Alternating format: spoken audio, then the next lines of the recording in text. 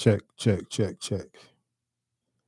Let's see. It looks like we have one person in the chat. Can you hear my audio?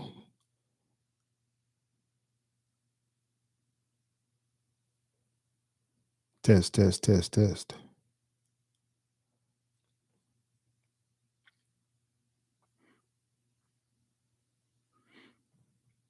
Hello. Thanks so much. Thank you so much, Ann. Let's see. Uh, Miss Crowder. Thank you so much. Okay, thank you. I'm glad you can hear me. Uh, let's see. Your name is spelled AIN.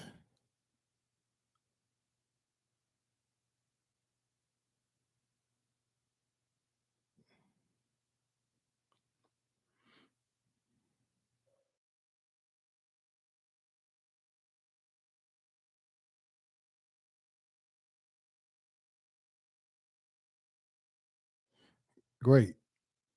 I'm glad you have a question. So fire away. I have 6:56 my time. So in about 3.5 minutes, somewhere in there, we'll go ahead and get it started. But first of all, thank you so much for purchasing my book. I hope it gave you a different perspective on men, how we operate. Uh, when I talk about the dominant and that natural instinct to dominate and that natural instinct to have sex, and how a woman can train a man to bring out his competitive characteristic, which will quell those dominant instincts. Did you understand that? Or if you don't, again, just feel free to ask me anything you want tonight. Yeah, somebody said, "Unc." All right, good night, Unc. Okay, me too. How are you doing this evening? Okay, all right, excellent. All right, so I got 6:57 my time. Uh, Again, I'll just wait probably about 2.5 more minutes, and we'll get this YouTube live started.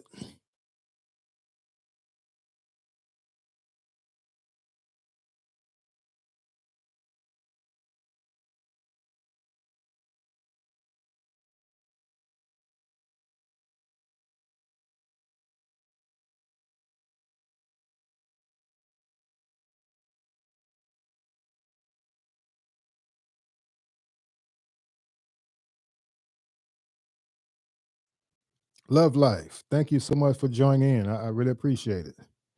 Okay, Ann says in your book you didn't talk about if we should be talking with the man in between dates. In your book, you didn't talk about if we should be talking with the man in between dates.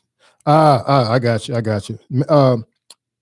Make sure you bring that question up once I start, and I'll get into it. Thank you so much. Let's see, love life. Thank you so much for joining in. Me too. Thank you so much for joining in. Appreciate you. Let's see, I got 6:59 my time, so we'll get started. And all right, please tell us what your thoughts on the whole Will Smith. Wow, you know what? I just saw the Will Smith thing. I'll be honest with you, I was kind of disappointed in Will on that one, but you know, we'll discuss it as a group. All Natural Grinding. Thank you so much for joining in. All Natural Grinding. I love the name.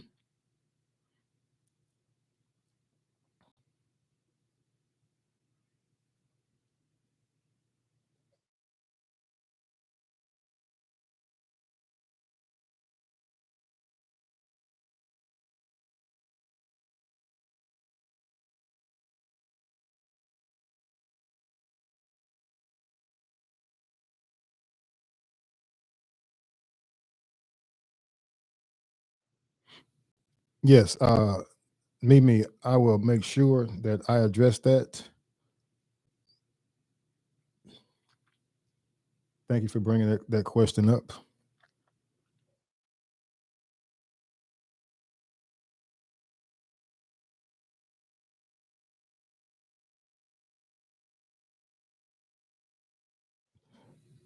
Thank you, Tasha Williams. Yes, I am on time.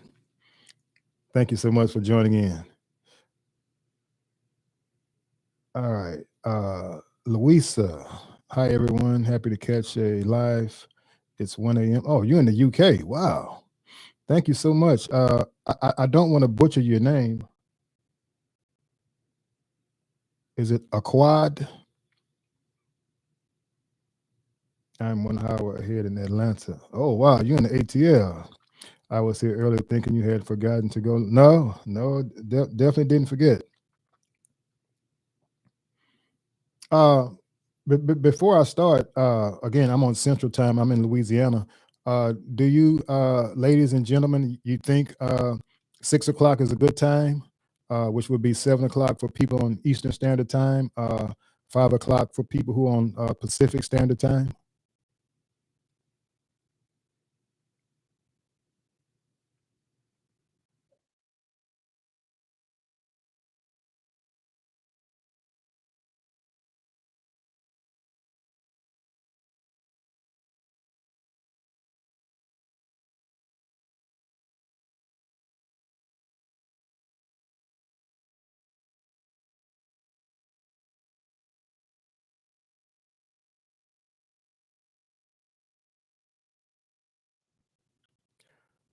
Okay, we're going to go ahead and get started tonight. First of all, I would like to thank everyone who has taken time out of their busy schedule to join into this YouTube live stream. This is my first live. Once again, thank you for tuning in. This is Elderly Advice 100. My name is Okoye Ahmose, and I'm coming to you from Baton Rouge, Louisiana. Tonight is going to be my first YouTube live. Any questions that you want to discuss? The phone line is at the top of the screen. It's going to be area code 225-347-5957 if you would like to call in, and I can hear your calls and we can discuss it over the chat as a whole. But once again, that number is going to be area code 225-347 5957. So phone lines will be open. Uh, Please feel free to call in uh, any questions you may have. And with that said, we'll go ahead and get started. So again, just thank you for so many people.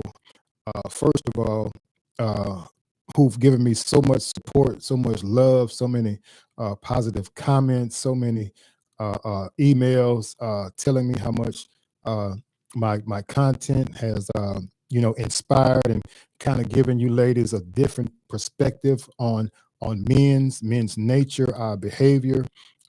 Some of you have talked about some of the things that patterns and trends that you've noticed in men in the past. I'm sorry, in the past, and some of the things that I talked about, it kind of hit home, it kind of resonated, it kind of registered to why maybe some of those things happen. So let's make sure we're on the same page, ladies. I promise you, I am here to help you. There's no way in the world that I would get on a platform such as social media and try and belittle anyone. Hopefully, if you have time, if you haven't seen the video, I would encourage you to watch the video that I made about my mother and father.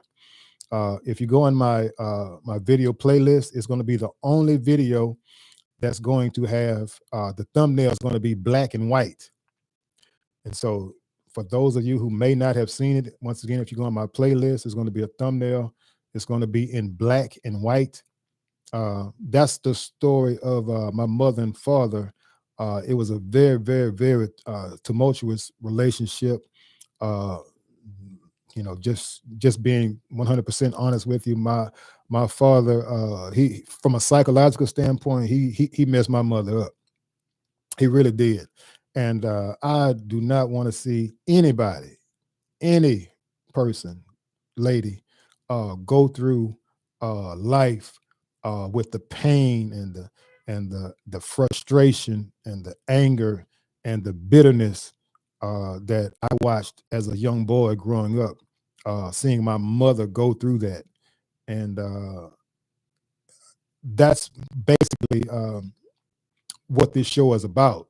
Well, that's part of it anyway. If we have time later on in the chat, I'll discuss what was the spur or the catalyst of me writing this book. So please be patient with me. This is my first time going live. I'm trying to speak into the camera, and then I'm trying to look down at the chat. Somebody said we appreciate it all. Thank you, Love Life. I appreciate. I really appreciate those kind words. If anyone would like to call in, once again, the call in line is 225-347-5957. So let's go ahead and get it started. We can first of all start off talking about the book. I know several people who logged in earlier. They said that they purchased the book. They had several questions that they wanted to ask. If you want to ask in the chat, is your mother and father? Okay, let's see. Hold on one second.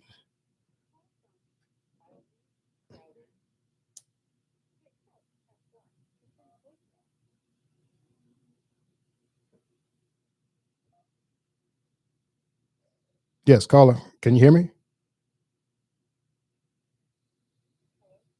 Yeah, yes. Can you hear me?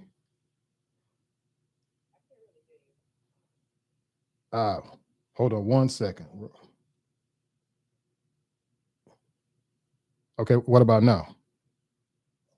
Okay, I can hear you now. How you doing? Okay, so you can hear me?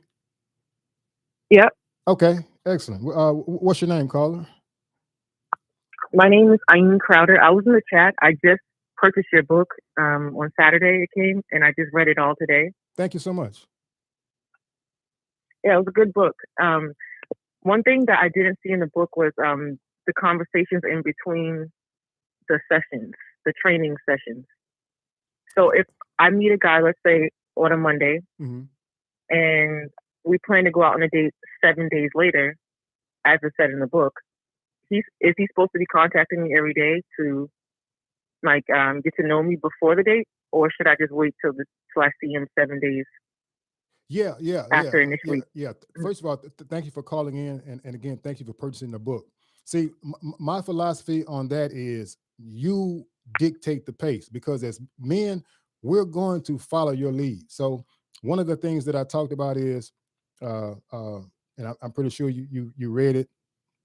Don't give the phone number out, give the email. So when he gives the email out, for example, in the book I mentioned, let's say, for example, he emailed you on Monday. I talked about making sure that you put a man in compete mode. Why is that so important, ladies? Because men, we are at our best when we are competing.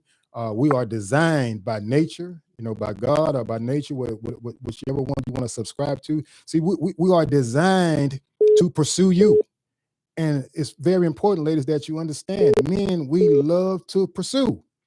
And so one of the things that you may be wondering, you may be saying, well, why aren't men pursuing me?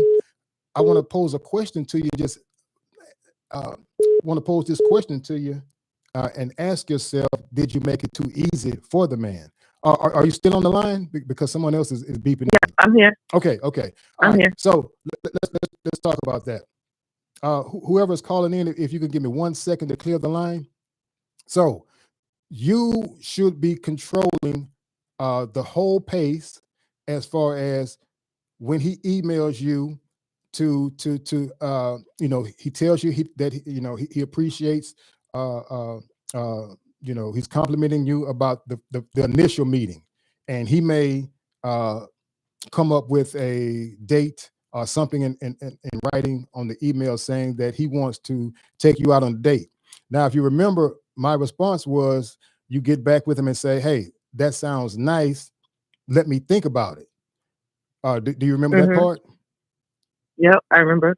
Yeah. So that means, see, the ball is in your court, because 9 times out of 10, you got him exactly where you want him, because you have to make sure you're not sending out a signal that you're too needy for a man, or you're too clingy, or you can't reveal that your whole hand, that you're head over heels over this guy, even though you could be attracted to him, and nothing is wrong with that. But you just don't want to go head over heels and go overboard, because one thing about men, that instinct to dominate that we have, if we get any inclination that uh, you've tipped your hat to us, that you're feeling us, you're showing interest in us. There's a good chance that eventually we'll put you in our hip pocket, and just like that shelf is on my is in my background, we'll just put you on that shelf and pick you up, put you on that shelf, take you off when we feel like it. So back to the question. See, the ball is in your court.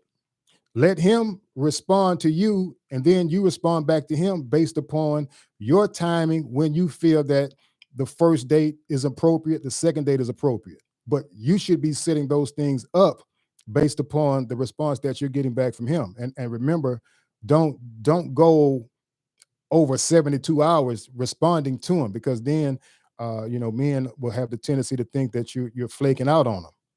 So again, the Okay. ball is Hmm. in your court when you decide. See, everything should be you training him to get on your agenda and your program.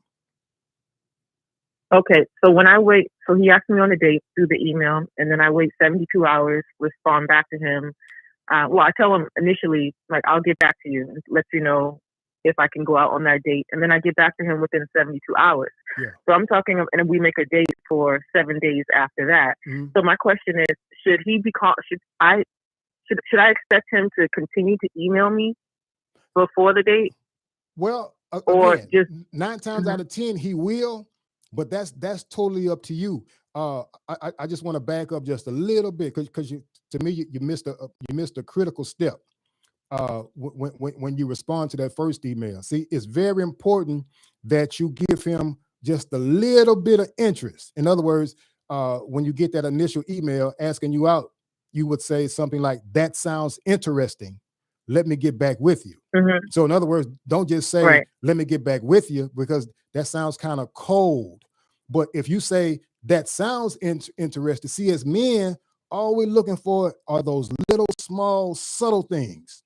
See, we're looking for Mhm. those little, small, subtle things that lets us know, okay, she's interested.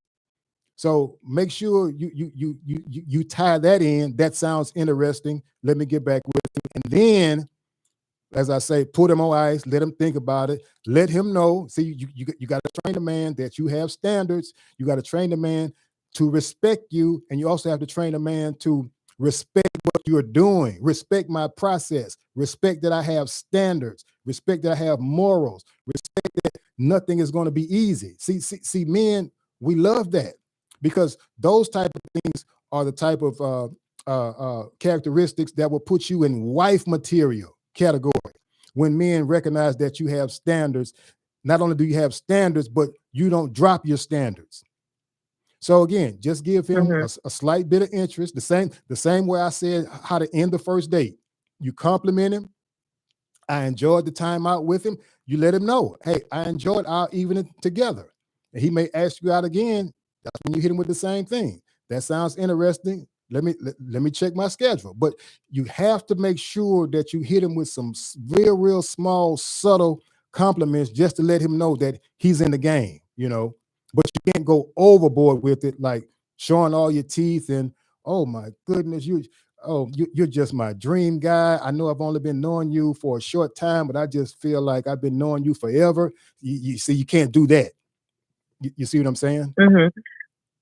I mean, the reason why I'm asking is because a man will ask me out on a date, and I'll make plans to go on that date in 7 days, and then I don't hear from him from 7 days, and I find that even though he'll show up to the date 7 days Yeah, later, the level of interest seems to be lower than the other type of guy who will, the same situation, yeah, he'll make a will make plans for 7 days later, and this guy is calling, he's initiating communication every day or every other day up until the date.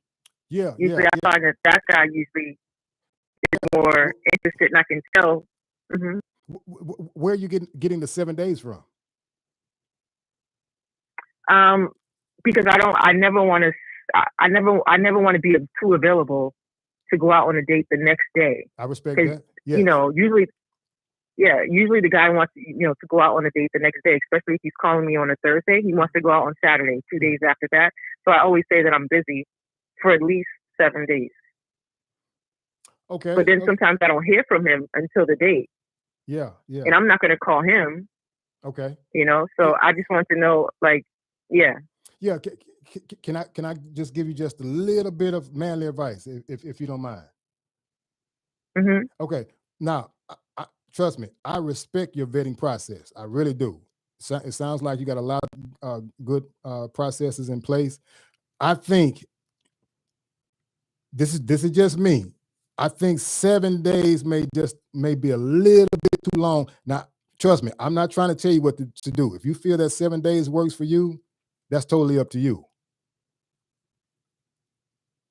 That's what you say in the book too. You say in the book Well, that yeah, you yeah. should wait See, at least 7 days. see, it's a combination of things that leads up to that. But it sounds like what you're saying is a complete 7 days. Yeah. Mm-hmm. Yeah. See. Okay. See, in the book, there's an initial uh, response from him, the first email.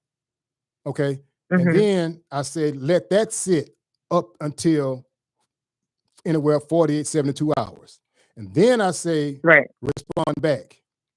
So it's a total. Mm-hmm.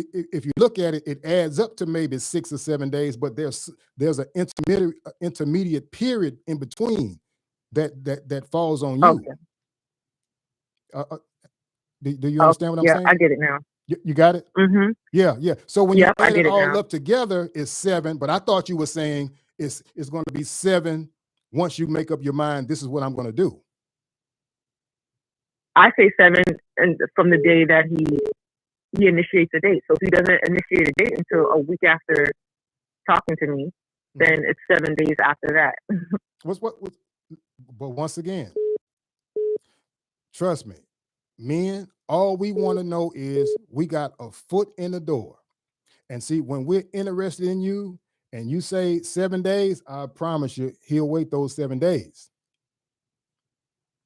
But Mm-hmm. but the key to it is, once again, you're elevating the good guys and you're weeding out the bad guys. Now, if you want to make sure that you weed out the F boys, the a-holes, the dogs, the players, all the game players. Now, if you just want to make sure that you're weeding them out as quick as possible, I agree with your first one with the complete 7 days. Because again, you got several things in play. You're going to elevate the good guys because, once again, the good guys want a lady with standards who's going to bring them through a process. But the game players, the F boys, those guys, you want to get them out of there as quick as possible. Mm-hmm. Okay. Well, thank you. You gave me a lot of information. Yeah. Now let's make sure we're on the same page. You sure I answered all your questions, correct? Yeah. Basically, what you're saying is that if I meet a guy and I give him my email address, he sends me the email, wait 72 hours, respond to him, and then let's say he in the second email actually initiates a date. I just tell him I can I'll that was interesting and I will get back to him. And I have the option of going out with him, like let's say 4 days later or 7 days later. It's up to me. Exactly. And make sure, once again, you set the location of the date. The location, the place, the time, and those type of things. So again, make sure that you are in complete control in the initial stages, because you got to understand that that's where the battle is won or lost. Because it's, Yeah. Hmm. if you don't set the tone in the initial stages, we will. So I like your strategy. I like your vetting process. Just stick to it. Whatever your standards are, make sure that you keep your standards high. Whatever you do, don't come down. Because men, we're going to try and eventually get some of that leverage from you and say, hey, let me plan a date. And the date, nine Hmm. times out of 10, is going to be something that's advantageous to us, such as going to a movie. Or we may cook you dinner and invite you over to our place for dinner, Hmm. or something like that.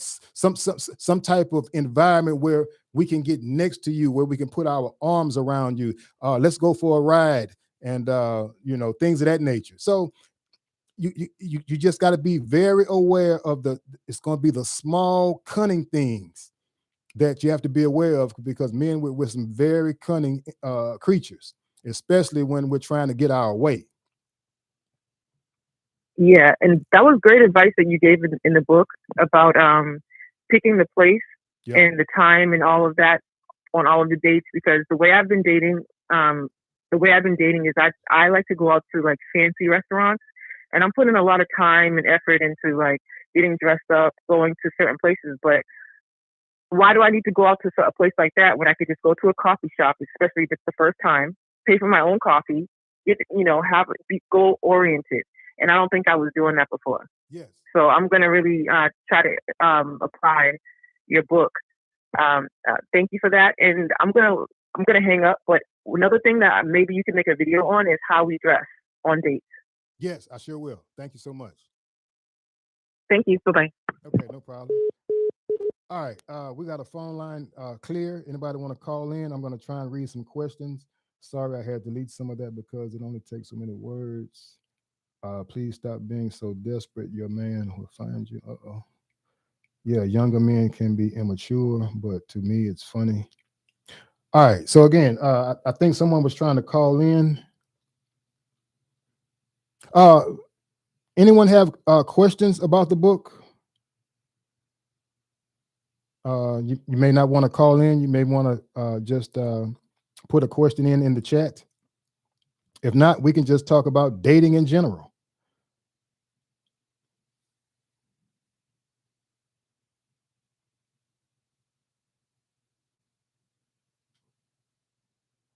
She said, "Praise Jesus." Thank you, Swayze, for tuning in. Thank you for everybody for tuning in. I really appreciate it.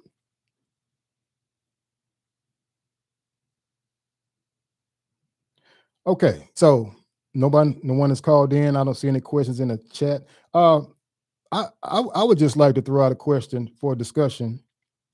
In the meantime, until someone else calls in, uh, one of the questions or comments that I have is that in 2022, it just seems like between men and women, we have this huge I want to say divide. It's almost like a fence. It's almost like a barrier between us. Could someone kind of explain that, your perspective on that?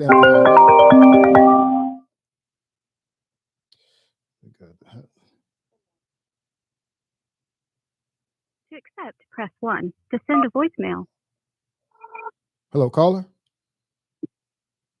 Hello. Yes, can you hear me? Yeah, I can hear you. Well, how are you doing? What is your name and where are you calling from? My name is Samantha from Houston, Texas. Texas in the house. You said Samantha? Yes, Samantha. All right, you're my next door neighbor. What question do you have tonight, Samantha? So about paying. So I guess what's the best timeline to start paying as a woman? Because I guess my fear is I don't want him to. I want to provide a man, and I don't want him to think that I will be always be paying for everything or 50-50. And I want to avoid that in early stages because I don't want to set a tone that I'm okay picking up half the bill or stuff like that. Mhm. Okay, let me make sure I understand your question. You said you're trying to avoid pain, and I'm trying to, yeah, I try to avoid 50-50.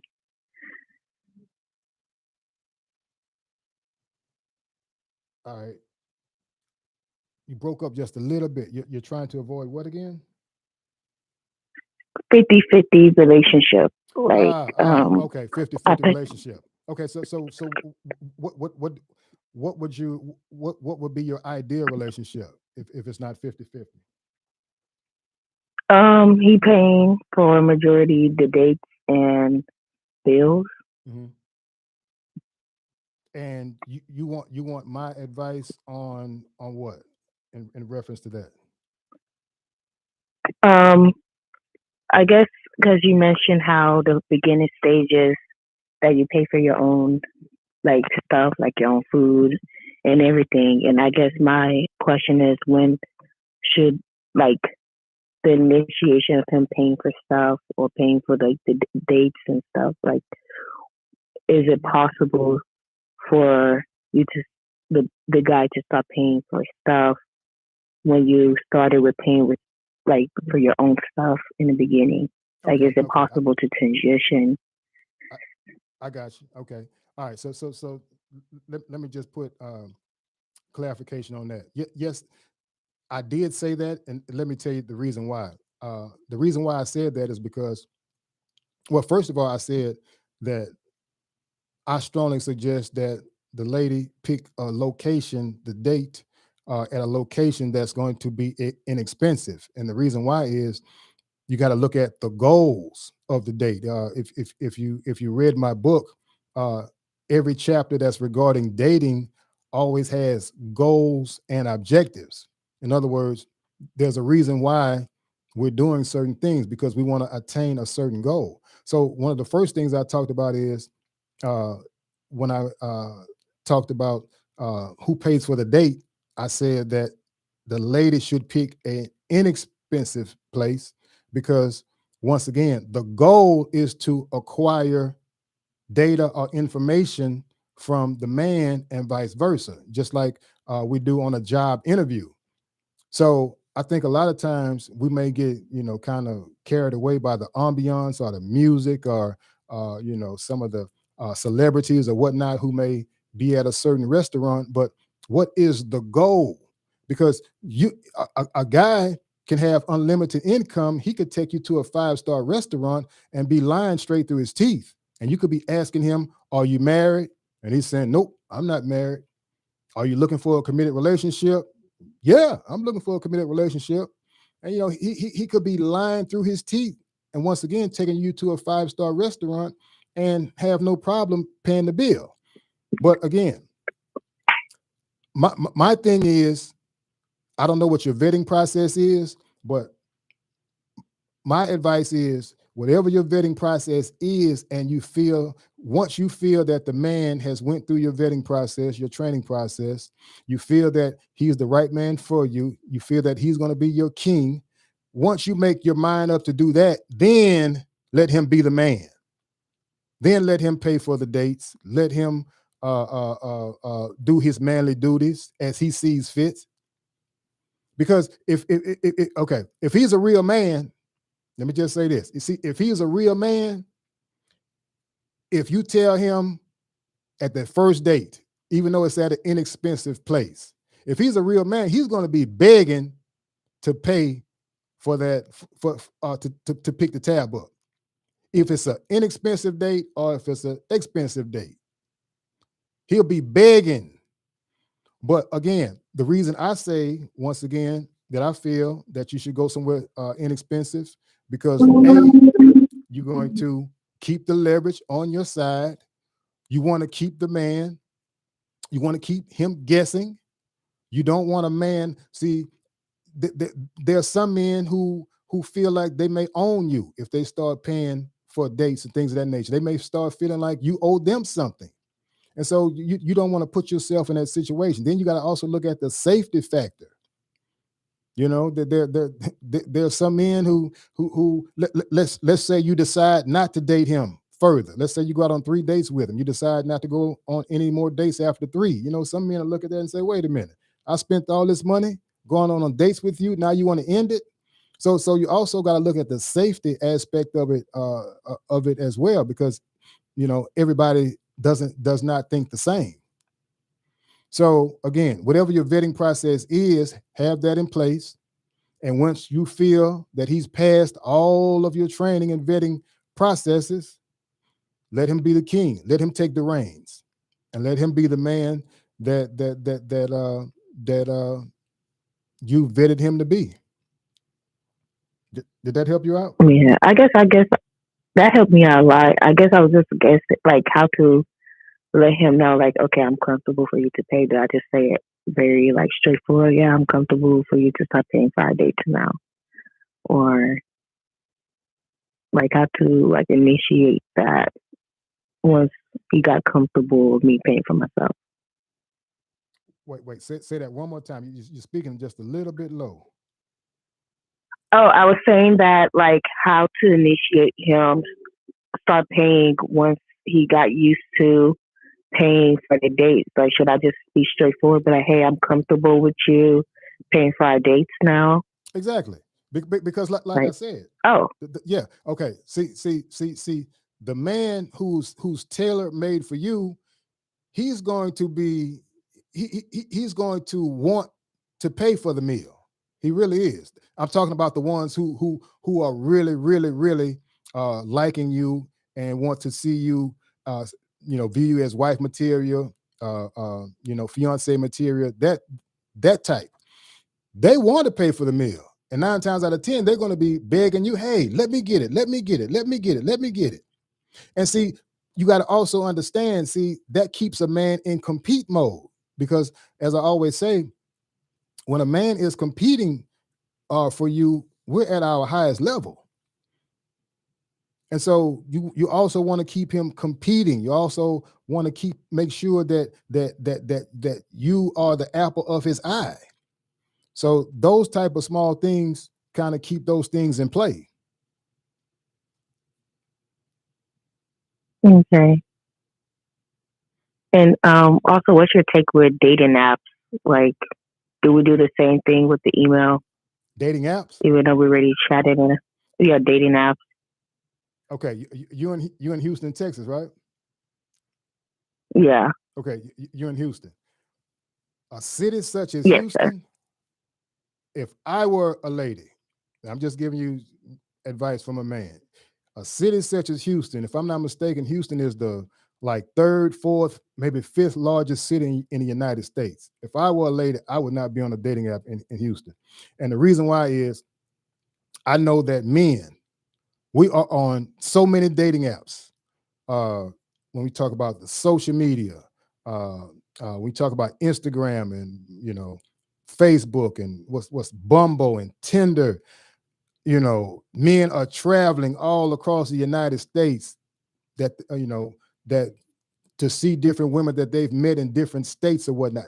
That's not even counting, for example, if I was living in Houston, I'm not even counting the women that I'm dealing with in Houston on social media or on dating apps. I'm talking about other women that if I live in Houston, that I'm communicating with in Dallas and San Antonio and Austin and Lake Charles, Louisiana, and Lafayette, Louisiana, and Tulsa, Oklahoma.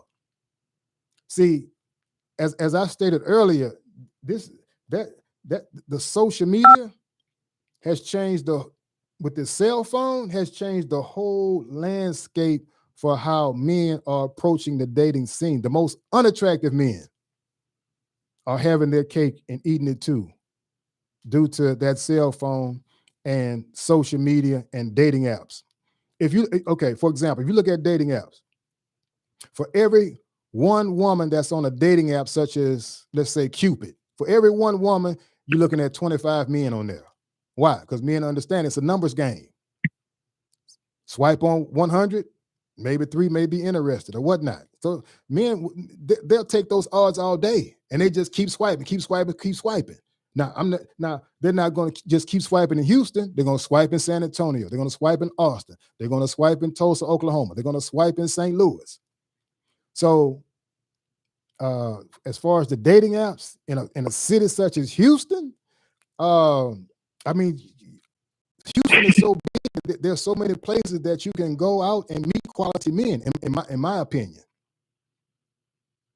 That's true. But I just feel like when I go out, it's like every guy is in a relationship. Like, everyone is in a relationship. I'm like, gosh, like, it's, so you just went to an app because it's more guaranteed that they're single.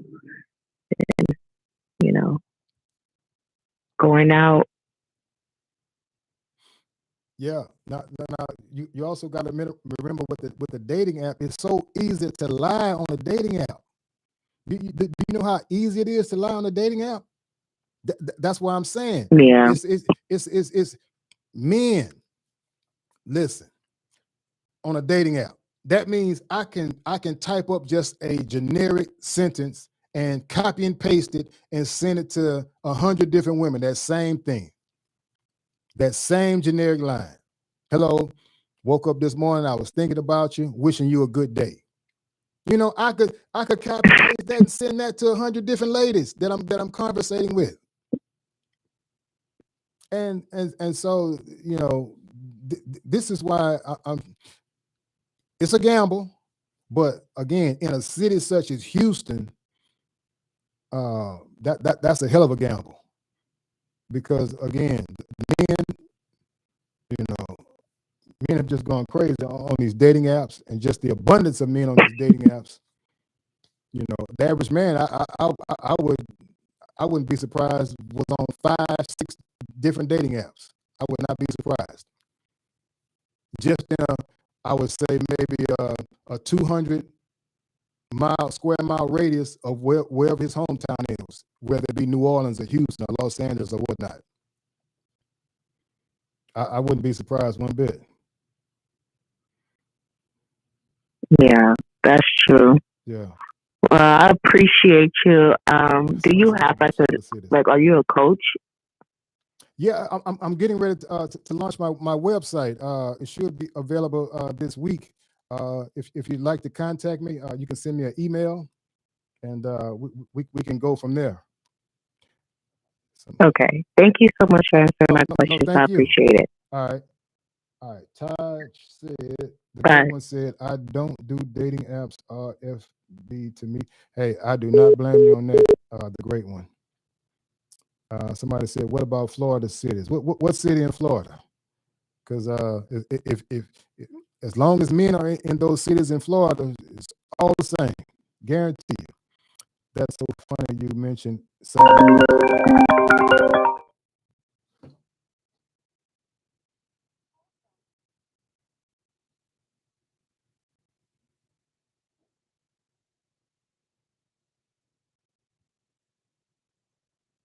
Hello, caller. Can you hear me?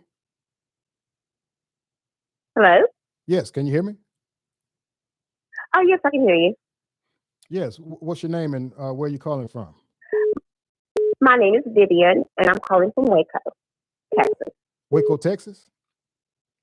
Yes, sir. And what's your name one more time? Vivian, Vivian. Oh, Vivian. Okay. Thank you so much for calling in, Vivian. What's your question? What do you want to talk about?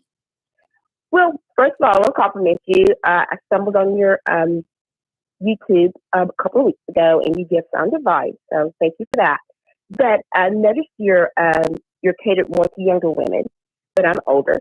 So I was wondering what advice you had for the 65 older women, into the dating scene. Men, of course, mature men are a little bit different. Men are men all the same, but mature men are handled differently. So give me your advice on that. Okay. Repeat that question one more time. I want to make sure I heard you correctly. Oh, I said, what advice would you give a woman 55 and older dating? The same advice. I titled my show Elderly Advice 100. The reason how I came up with that name is because my students at Xavier University, that's what they used to always, that's what I was known for.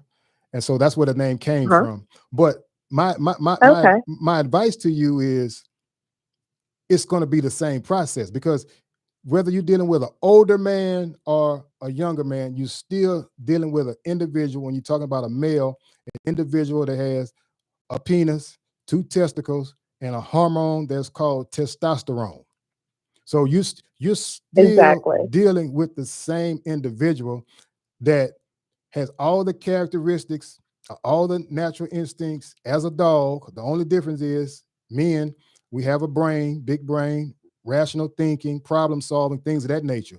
But if you could strip this mind from us, we're the same as a dog, just going on natural instincts. So it's the exact same. What in particular? Have you met somebody you're interested in, or what? Oh, actually, at this point, no. I'm getting back out in there. The past 11 years, I've taken my sister's kids, and so I've been raising kids. for the past 11 years, and now they're getting older and getting out of the house, and so I'm now but I dove myself into motherhood, and so I just dove myself into that and raising three wonderful kids, amazing kids as a single parent, which was a venture in itself, but I did it because it was that or foster care. So I took them in, and they're now one's getting ready to graduate and go to college, and the other two are coming up, and now I'm putting myself back front and center again, but I've been out of the loop for a number of years. And so therefore I said, hey, and I, of course, when I found your podcast, I was looking up for senior citizens, dating senior citizens, elderly, and then that's how you popped up. That I've enjoyed it. A lot of things that you talk about, I relate to because I lived in that time period that you sometimes relate to back in the day. I relate to that because I've been in that time period. But so they're interesting to watch, and you give very good advice. So thank you for that. But I thought, he's really talking to the younger women. So 65 and older, even though I pass a lot for younger, I'm older, but a lot of people don't realize that. But I am older. So I'm looking at now, dating men of my age group. So anyway, I just wanted to know, was it any different? Now I'm going to get back on the scene, which appears it's not. So that's good to know.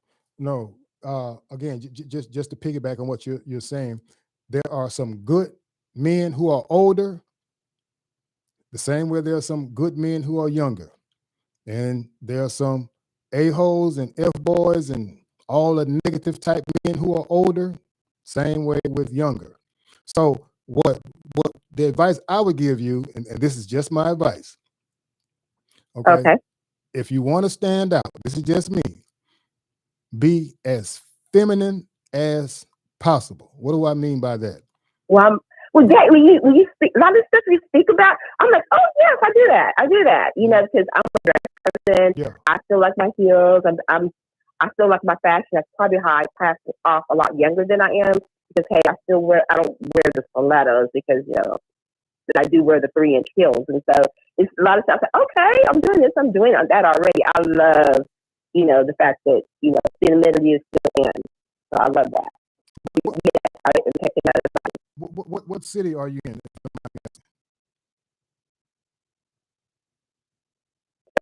Yeah, what city and state are you in, if you don't mind me asking?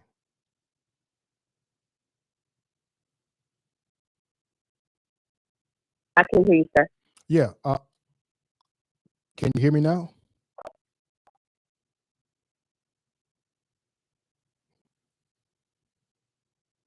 Can you hear me? Yes, I can hear you now. Yeah. What city and so state? You advice is femininity is key. That's one advice you're giving me, right? Yes. Yes. And it sounds like you have that down pat, which is good. What city and state are you calling from? Oh, Waco. I live in Waco, Texas. Yeah. Okay. I'm sorry. Yeah, you did say that. So yeah, you want to stand out. You want to be feminine. You want your femininity to show, because the best way to attract men, masculine men, as I always say, we don't need any help being masculine. When you're feminine, that's when we're at our best, being masculine. And that's when we approach you when you're looking your softest. See, we want a woman that's soft. So when you're out with your heels and your dresses, whatever places you go, I don't know what vetting process you have in place. If you're interested in getting my book, that's totally up to you.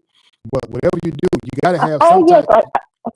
You got to have some type of vetting process in place, because if you don't, as I always say, it's only two outcomes. You're either going to train him to get on your program, he's going to train you to get on yours. Okay.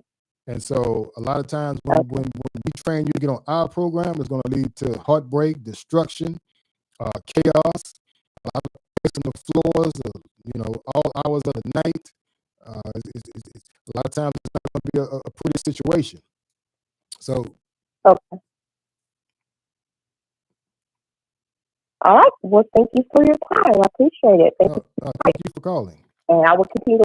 Well, thank you, and I appreciate it. And I will continue to watch your podcast. All right. Thank you so much. I appreciate that. Okay. All right. You're welcome. Bye-bye. All right. No problem.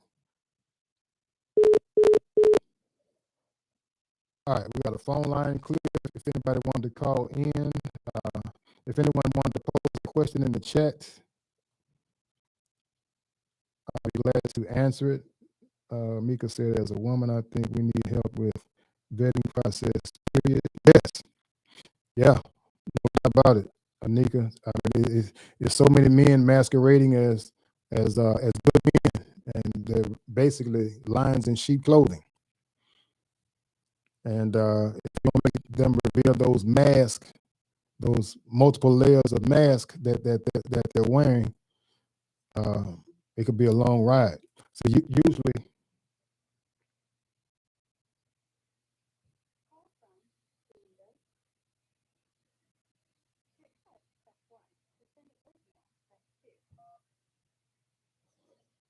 hello, caller, can you hear me?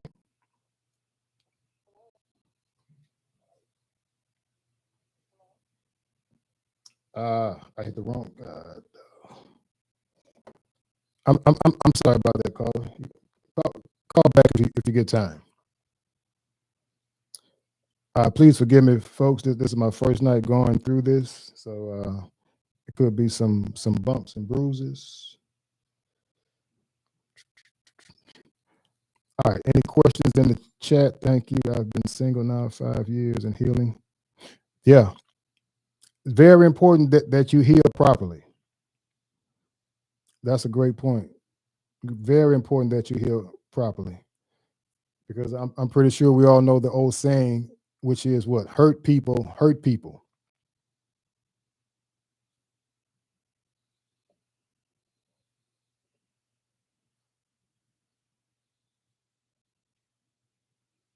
Okay.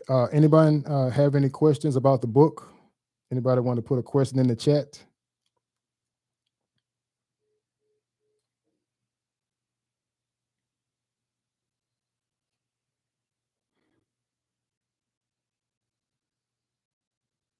Is there vetting within a relationship still?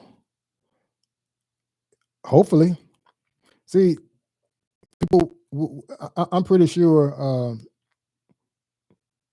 you've heard your parents or maybe your grandparents, maybe your great grandparents talk about the courting process, back in the 40s, 50s, 60s, 70s, maybe early 80s. See, they had something special. And I'm a firm believer that same thing can be had in 2022 easily. Easily. Why? Because men haven't changed, women haven't changed, just situations have changed. And what happened, to me, what has transpired is you have so many men that refuse to have honest conversations with ladies and talk about the male-female dynamics. And you have a lot of men that are preying upon women's lack of knowledge on certain things. So, for example, after this live broadcast, there's a good chance when it's over, people will go back and see it. You'll probably have some men come back, leave some comments such as, y'all listen to that old fool, turn him off. Look at him. He a simp. He hating. Probably be some negative comments left by men. Why? Because they know what I'm saying is true. Because there are people who thrive off of some people's lack of knowledge on how certain individuals work. And so it's been a concerted effort to do what? Keep women in a situation where they may not know fully how men operate. That's why a lot of men may come after me and call me all type of derogatory names, because basically what they're saying is I'm telling the secrets that they don't want women to know. And to me, that's not a healthy society. All right, Christian Stewart says, I can't respect men who use the word simp anyway. Yeah. It's good to really know who you are with or without a man. Excellent point. Purple Rain says, thank you. Anika says, the praise benefit. Yep. Saw it with my own eyes, living in Chicago, Illinois as a boy. What are you talking about? I saw what my daddy did. My daddy, let me just give you some background about my family tree, especially on the paternal side, my father's side. All right, my grandfather on my father's side. All right, his name was Son Collins, coming out of Vicksburg, Mississippi. 24 children. All right, he was born like 1902. So once again, Son Collins, coming out of Vicksburg, Mississippi. 24 children. All right, so him and my paternal grandmother, we call her Big Irma, produced my daddy, Johnny.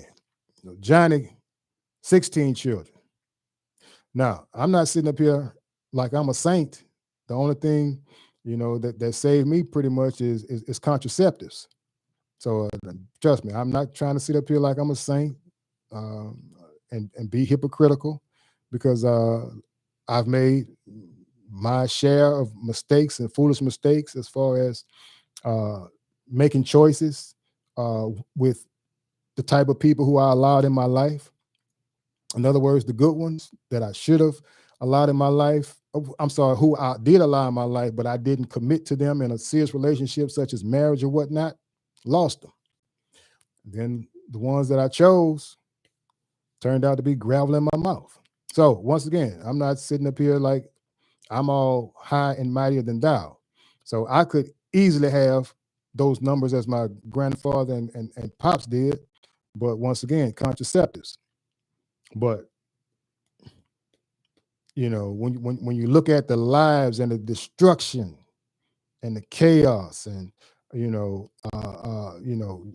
having 16 kids, and kids are asking their mother where father is and where their father is, and the mother is looking at you like, I'm getting ready to slap your teeth out if you keep asking me where your dad is. You see that pain and frustration, and it was just now.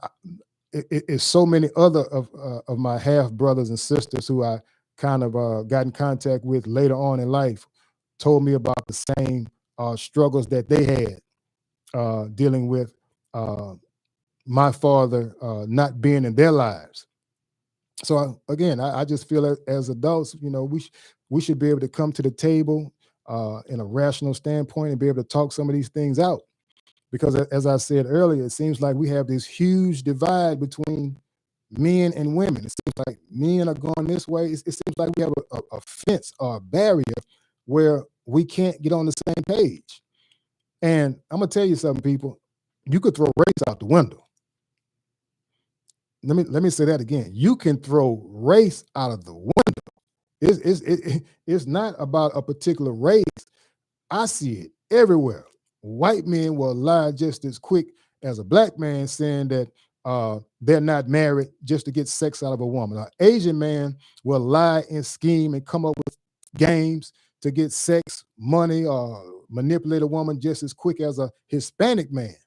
So it's not, it's not about race. It's all across the board. So hopefully, we can have these type of discussions and maybe get some answers to these things. What made you decide to try and level the playing field? That's a good question. Sometimes sometimes you have to take inventory of your life. And again, I'm 54 years old, and I look back again. Lord knows I've had some good women. Listen, people, there's no sense of me lying about it. I've had some good women in my life. Some of them I cause pain and misery and agony.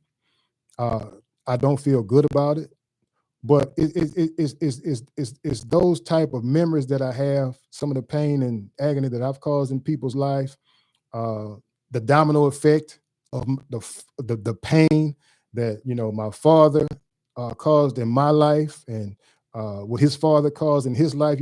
It's almost like it's a cycle. And I just woke up and I just said, you know what? Of course, I'm only one person, can't stop it. But I just wanted to at least try and start a dialogue to at least maybe get the ball in place. And if anything, maybe, start some type of healing process.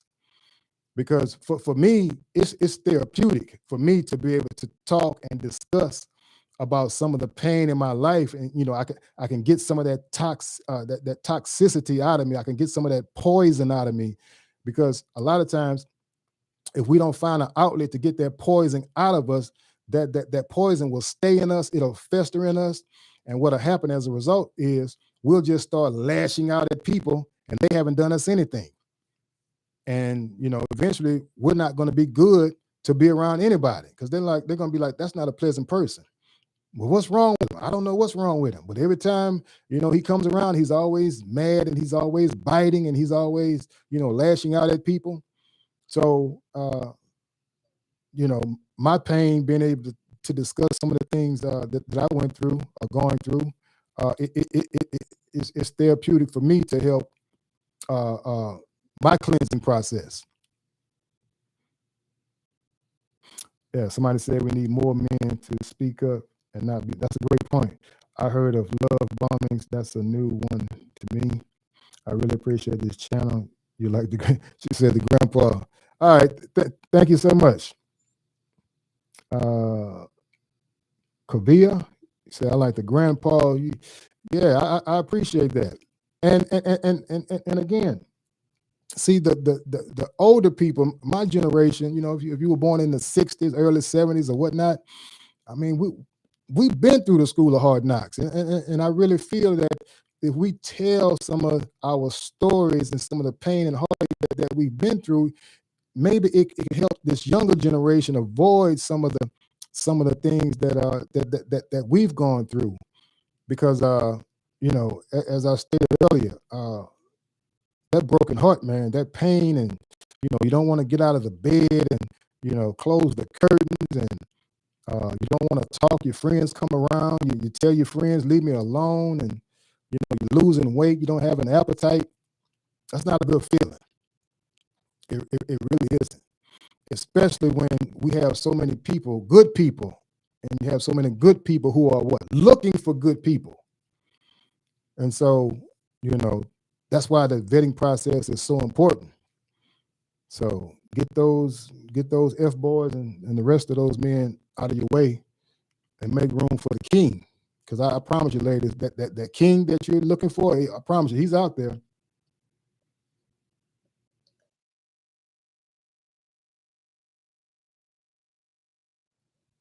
All right, how do you get back up after a heartache? You got to heal.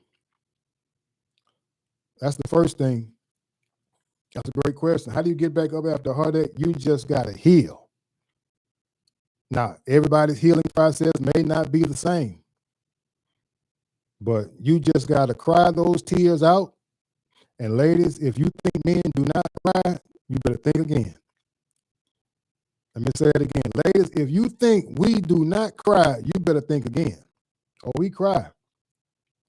Now, we may try and not do it in front of you, but man, we'll go in that bedroom, bathroom, whatever, and cry like a baby. Why? Because we messed up. And we think about that good thing that we had. And then we start seeing those pictures of you and your new man on social media. Oh my goodness. Jessica done moved on. Damn. So that's just part of being a man. You got to take the good with the bad, and you have to be accountable when you mess up.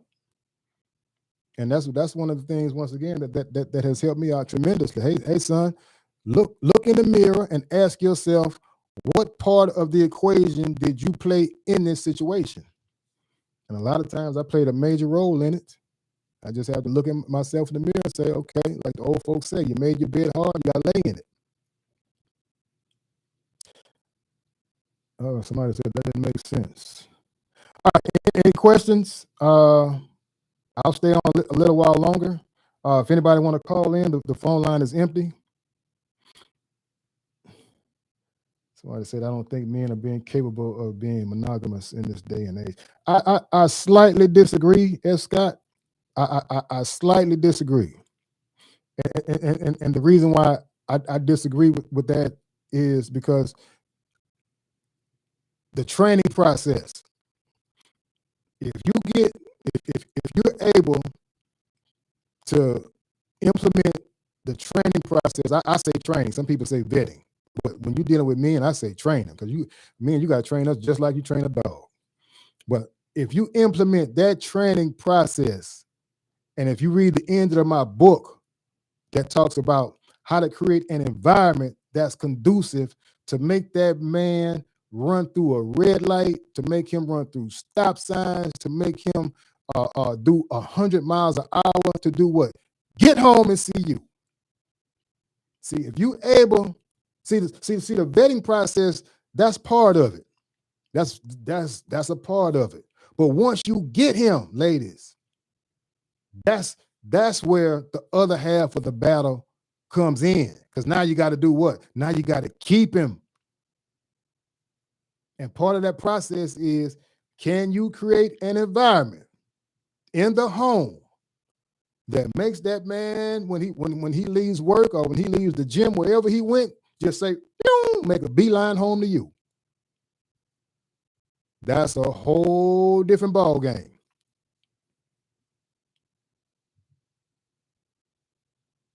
All right. So, any questions or comments?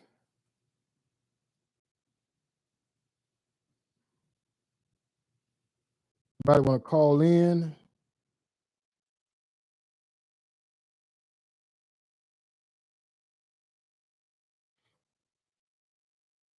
Need to get to know him first and not just a couple of weeks. Yeah, that's true. Very, very, very important. Very important. If anybody would like to send in a cash out, Grandpa, Unc, greatly appreciate it.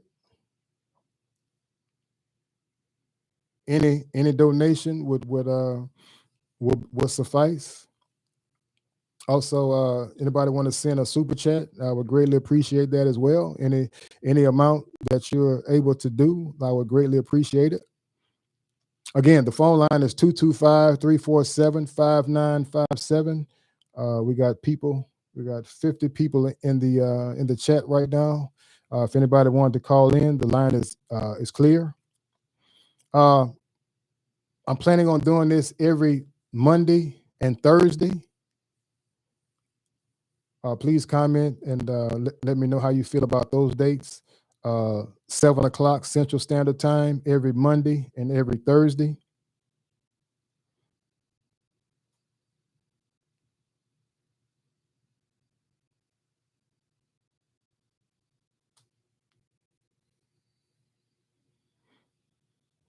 Yes, correct. 8 p.m. Eastern Standard Time.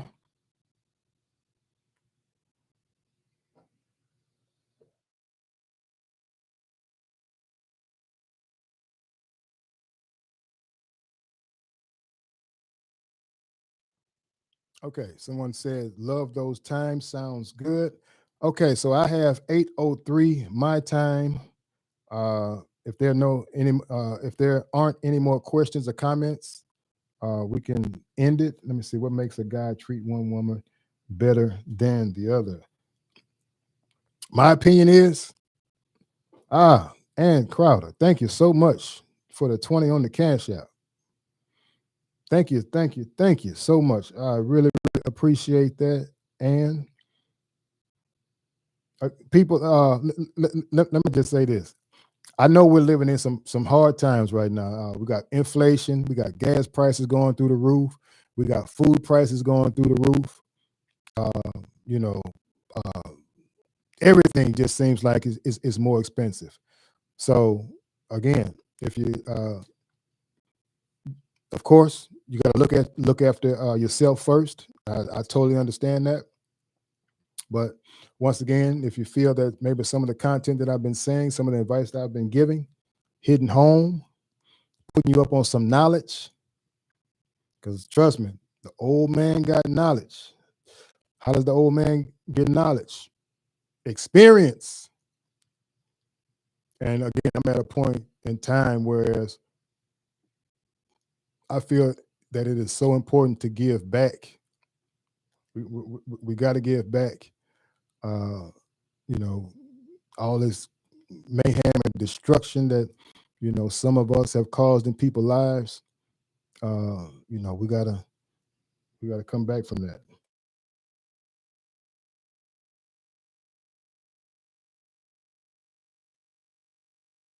To press 1. To send a voicemail, press. Probably gonna go priority. Hello, caller. Can you hear me? Hi, yes. Well, hello. How are you doing this evening? I'm doing well. How are you? I'm good, thank you. What's your name and where are you calling from? My name is Nisha, and I'm currently in Houston, Texas. Another Houstonian. All right, excellent. We had a caller calling earlier from Houston. What can I help you with tonight? My question, well, I had two. I wanted to start out one about the book. I read the book; it was really good, start to finish. And one of the things that you stated was kind of set the dates, try not to go more than a week apart. I think. Yeah. So altogether, that would be about 6 days, maybe 6 weeks. If we always stuck to that week time frame. Do you feel like after the 6 weeks that, like in general, a woman should take more time before she enters a relationship? Like, let's say after that 6 weeks or a few weeks, the guy he expressed that he wanted maybe have a relationship or take it to the next level. Mm-hmm. Do you think that would be a good time frame, or should a woman give more time? Okay. Now, thank you so much for asking that question, because that's going to depend on the lady, because you got to understand, men, we will lie quick. So Right. you can't go by if a man is saying that, okay, I've been enjoying these dates, I enjoy your time, you're the right woman for me. Let's make this official and be in a committed relationship. See, that could be the biggest lie in the world. How do you know? Because again, his cell phone could be full of other numbers that he's texting or talking with, social media accounts blowing up, the numbers blowing up. He could be involved with so many other women that, once again, is only talk. And see, men, that's one thing we're good at, because there's some men out there, all they need is about 3 minutes of your time. And they are so good at talking. But in your particular instance, my advice is, it's totally up to you. When do you feel comfortable with making sure that he's respected? Remember, part of the training process is you got to make him respect you and your standards, and then you got to make him respect what you're doing. See, you got to make him respect that you have a life. You have to make him respect that right now you're not his number one priority. See, you have to make us respect those boundaries. Because once again, those are the things when we go home at night, those are the things that we think about you when we're putting you in wife material and engagement, fiance, on that fiance level, that wife material level. See, keep those standards in place, because what that is doing is consistently elevating you to a higher category, which will eventually lead to a solid, committed relationship. So in other words, you got to be totally comfortable that he has respected every wish, all of your training / vetting processes, and then it's going to be totally up to you. Okay. Okay. Because I just felt like what you said, like if, let's just say everything was good up until the 6 weeks, like it just seemed a little premature. Like you said, there's always maybe a few guys where that would be the case. Yeah. But to me, it'll just be like, okay, I could actually maybe take this guy serious as a relationship, and then maybe from there see if everything he's just saying is truthful before you agree to commitment or anything. Yeah. Okay. And my other tax name, a quick question. Of course, go ahead. Okay. So here in Houston, I'm actually from upstate New York. So I moved to Houston about a year ago, and so I've been, I go out or whatever, and it's kind of like a big party scene here. A lot of hookah spots and everything like that. My question was, is there, in your opinion, is there any type of establishment that's like off place for vetting or meeting men, or that shouldn't matter and that's what the vetting process is for? Like, should I still take the men as serious as I met at the grocery store as like at maybe a night as a lounge? Does that matter? Well, in my opinion, it really doesn't, because you still dealing with men at their core essence. In other words, let's say you're at a nightclub. Some ladies may have the opinion that I'll never ever take a man seriously that I met in a nightclub. But how do you know he may have not gone to that nightclub because his buddies asked him out, and he's not really the type of guy that kind of goes out. He just did that on a whim because his buddies asked him to go out, or things of that nature. So whether you're pumping gas, whether you're at a grocery store, whether you're at, Walmart's or wherever, at the Knicks game, at the Brooklyn Nets game, you're still going to be dealing with men at our core essence. So the meeting place, if where that initial meeting takes place at, it really doesn't matter, just as long as you hit him with the training process as soon as he makes that initial approach, and this is a guy who you are attracted to. Because again, one of the main goals is to elevate the good guys and weed out the F boys and the a-holes and the alpha males and all these guys who are playing games. You want to weed them out as quickly as possible. That's why when you talked about that 6 weeks process, usually, not all men, but usually, if a guy is respecting every aspect of your vetting / training process around that 6 week, he still has that same energy. As far as the first time that you met him, that's an excellent sign. That's an excellent sign, because once again, men, we love when women set standards and you don't lower those standards. We go home and we think about you. We tell our friends about you. We tell our mother, our parents about you. Hey, I met the one. I think this is the one.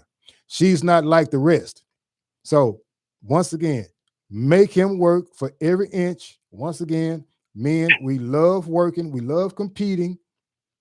Make him work for every inch. Don't give him nothing.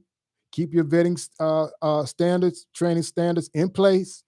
You call the shots, and then once you feel comfortable, give him the keys to the car. You get on the passenger side. You let him drive, and let the man do what he was designed to do. And something I took from that is basically, so even if a man like tries to get you to lower your standards or change up how you do things, that's basically like a test for them. And if you don't, if you stay true to yourself, then that's something that they like, even though they're gonna try to see if they like have the power to get you to switch up. Well, let me just say this. Any man is going to try something subtle just to try and get a little leverage on our side. That's what I talk about, that natural instinct to dominate. So there are going to be times when he tries to maybe come up with a suggestion about things that he feels that you should do, such as he may say, well, listen, I like you, I have feelings for you. I feel that we need to spend more time together. It may be something as subtle as that. I feel that we need to spend more time together.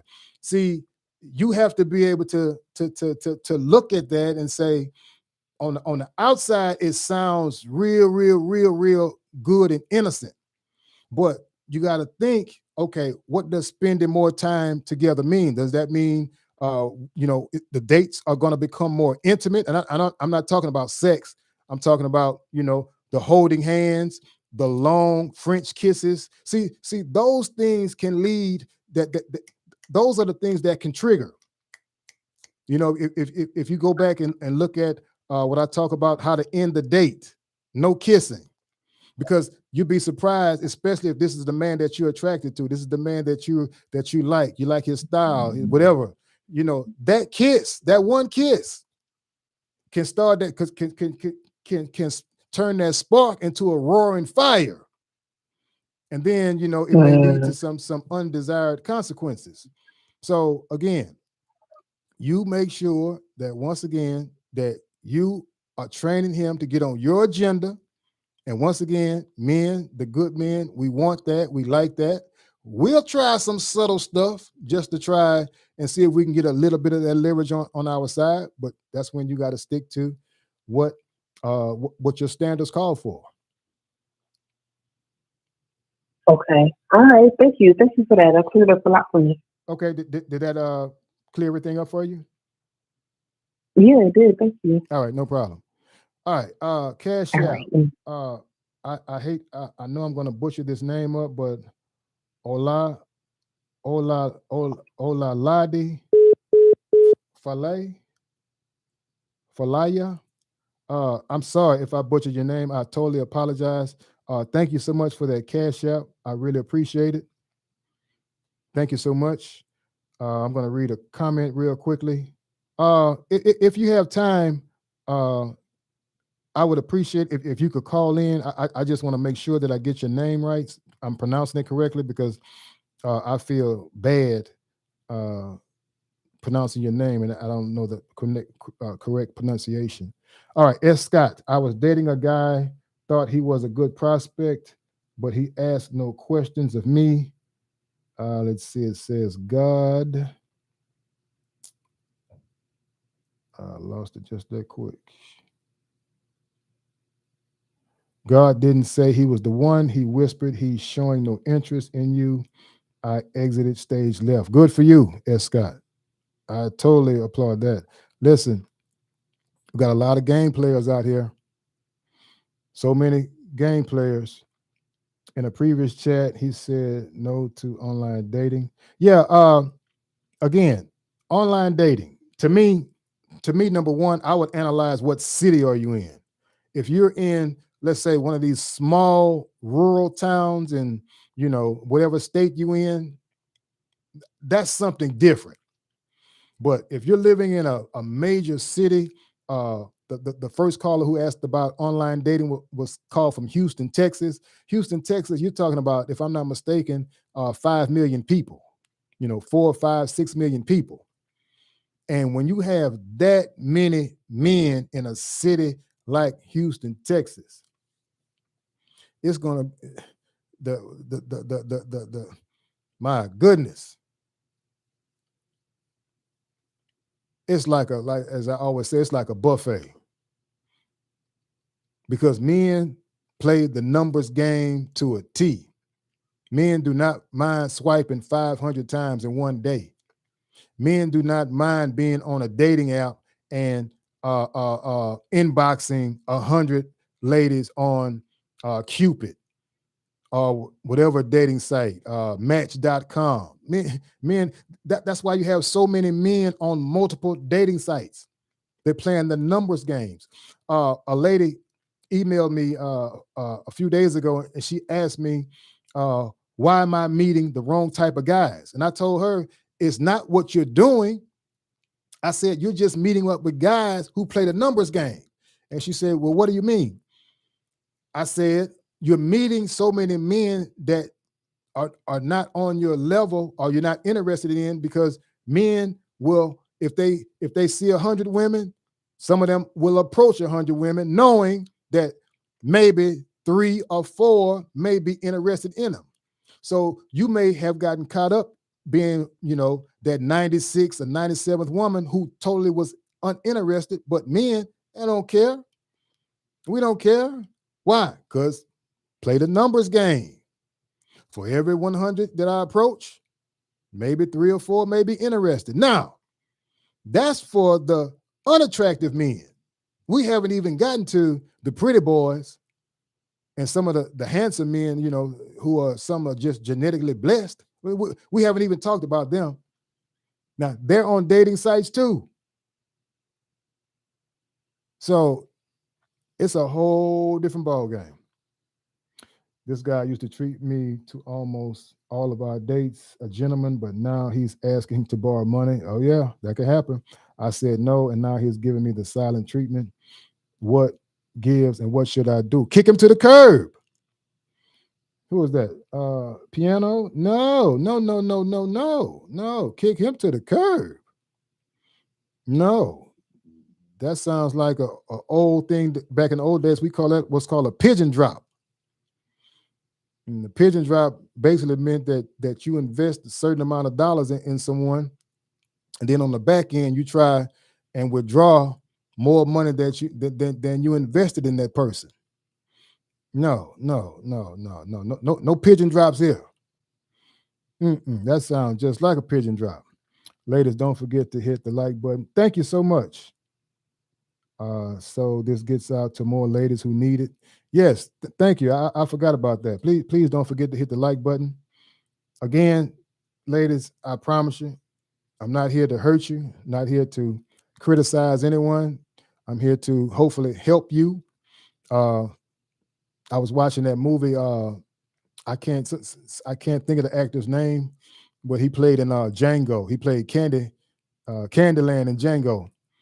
But but in this particular movie, he was the airplane pilot, and he had he stole some identification, and he was able to become a fake airline pilot, and he made a lot of fake checks and got a lot of money. Then eventually he got caught, and then the FBI said, "Hey, this guy is so good at being a thief.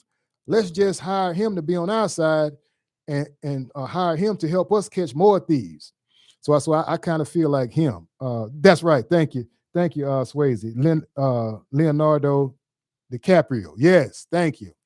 So I kind of feel like Leonardo DiCaprio in the movie Catch Me If You Can. I used to be on this side, trying to do anything that I felt possible to please my flesh, and didn't care who I trampled over in the meantime. Now I'm on this side, and I feel like you ladies, you're like the FBI. You hired me and say, well, listen, you just tell us some knowledge of how this thing works, and we'll give you a pass. So I feel like that I got a pass, and I'm helping people. But I love that movie. I was watching that movie today. All right. In your opinion, since men are great at playing the long game, how long can men keep taking integrity and character and ambition during the vetting process? Okay. Excellent question. Coach Patty. Okay. See, the training process is designed to ramp up, to increase. One of the things one of the analogies that I like to use is a marathon. Okay, you just don't roll out of the bed and do a marathon. A marathon is 26 miles. A half a marathon is 13 miles. So the vetting process, the training process, is designed to increase the competitive level in a man, whereas he's going to be competing for you so hard that his concentration level is going to be totally focused on you. So what does that have to do with the timeline? Everything.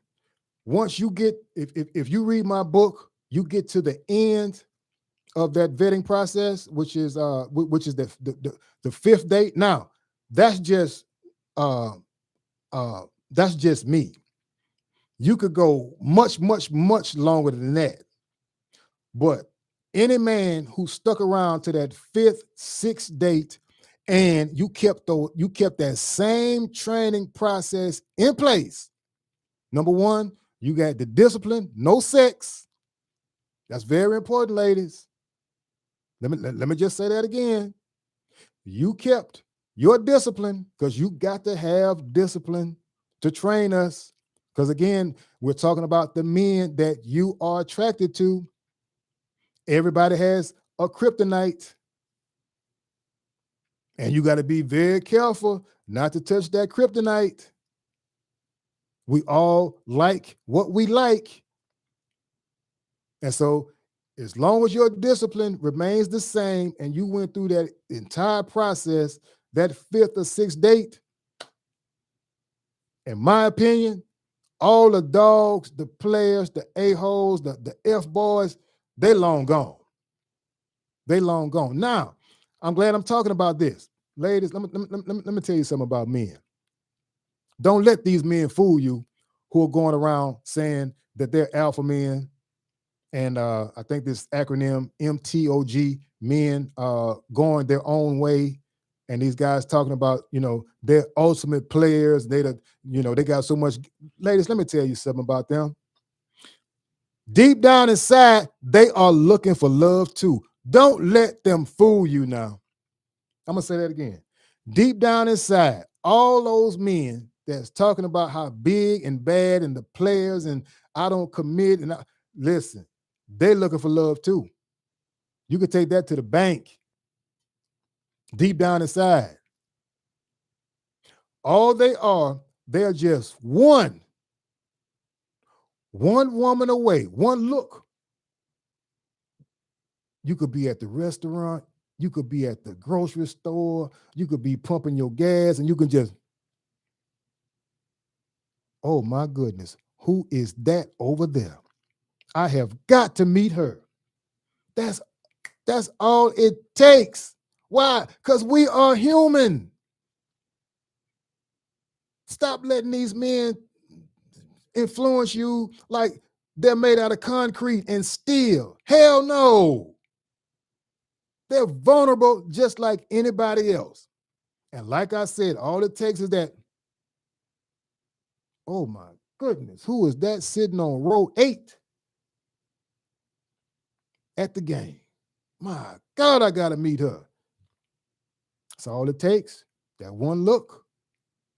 So again, ladies, you are some powerful individuals. I hope you ladies understand the power that you have. I hope you understand that wars have been started over you. I want you to understand men will take a bullet for you.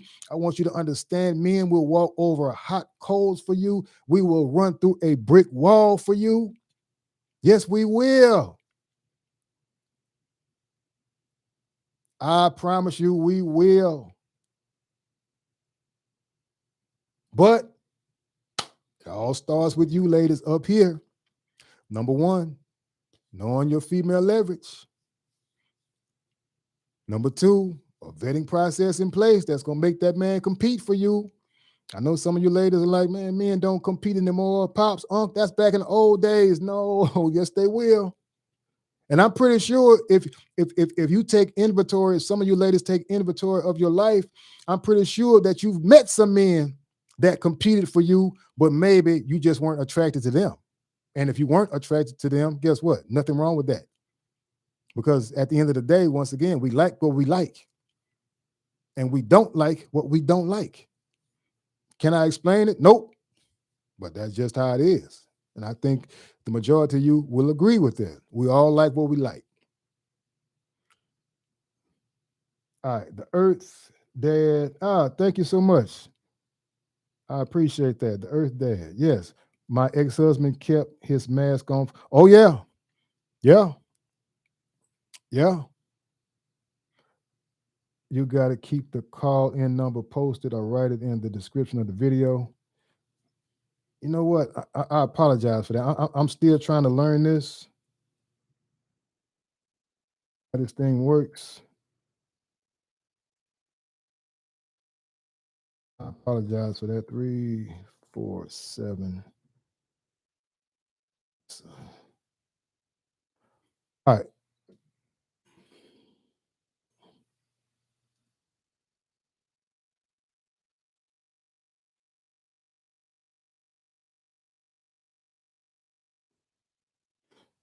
All right, I'm sorry. It's 225-347-5957. Do you know anything about spiritual warfare, like the unleashing lies that kept some women with low self-confidence sometimes, or the attacks of the enemy? That's deep. You know, that's deep.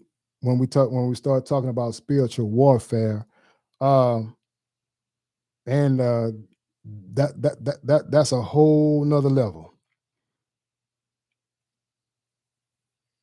So I'll be the first to admit, when it comes to the spiritual warfare, uh, I am a church going man, but to be able to comment on that in the way that you frame that question, I think that's a little bit out of my league right there. Now, I can tell you some demonic things that men will do, such as again, the lying, the cheating, things of that nature, and how to spot those type of things. What are your thoughts on Will Chris? Oh my goodness. Yeah, I was so disappointed in Will Smith and his actions. I just felt that, of course, every man wants to show honor and protect his woman, but I was really disappointed in how Will Smith carried himself. And again, if you disagree with me, please put it in the chat. Tell us why.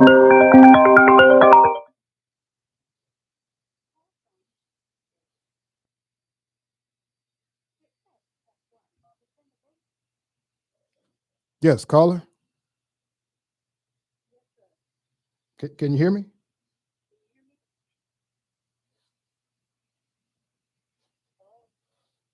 Yeah, hold on one second. Roadcaster.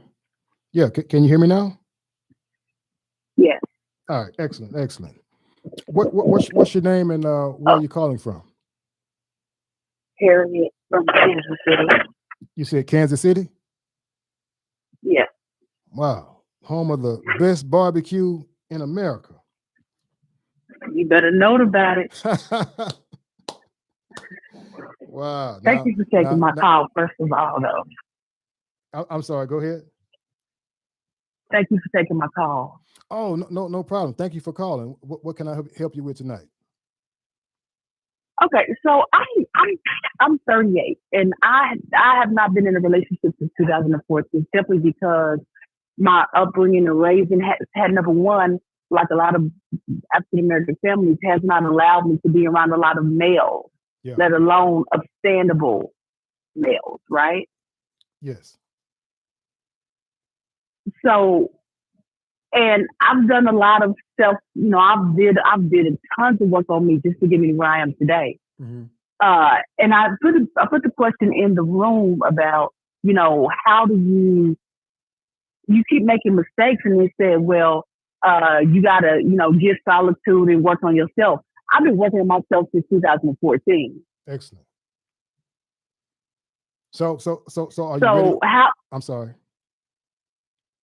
Well, my question is, how do you, if I keep when I say I work on myself, I have to go from the ground up. Mm-hmm. So every now and then I have to surface to figure out what I need to do now, like where am I at now, just to get progress on myself, figure out where I'm at. Okay. But I keep making a mistake. I just keep making mistakes. Mm-hmm. Well, I just keep making mistakes. That's okay. What's your name again? Harriet. Harriet. Mm-hmm. Yeah. Listen. Nothing wrong with making mistakes. See, making mistakes, that's how we learn. So the first thing I want you to do is don't beat yourself up. Don't listen. We all come short. Everybody has made mistakes. Lord knows how many mistakes that I've made. Throughout my life. For example, there are several women that came to my life I knew would have made the perfect wife for me. And today at 54 years old, I have to, I look at them sometimes on social media and they got a beautiful family, beautiful kids. And sometimes I just look back and I just say, that should have been me. So again, don't beat yourself up over the mistakes. See, the past, let's leave the past in the past. And now let's put one foot forward and live your best life starting today. So let me ask you this question. Are you at a point in your life right now, you ready to start dating again? Yeah. Okay, so you are. But then I'm ready to start dating. But as you go through that process of yes, I'm ready to start dating, being that you have to work on yourself so much, you're still gaining the magnitude of the progress you come from, and then the progress you still have to take. So in that process of getting out there, I get attention, but going through it so that it does not end up in failure on my behalf, so I don't feel the brunt of it. Because I understand that sometimes it's just them. That's just who they are. But when I realized the mistake that I made in the process, that's what hurt. Yeah, but see, you're framing it like you're the only one who's made mistakes. Everybody in that chat room has made mistakes. I've made mistakes. Your parents have made mistakes. Your grandmother, your grandfather, your great grandparents. See, we've all made mistakes. Right now, just judging by your tone, I just feel like right now you're a little bit too hard on yourself. Give yourself a break, because all of us have made mistakes. So don't beat yourself up.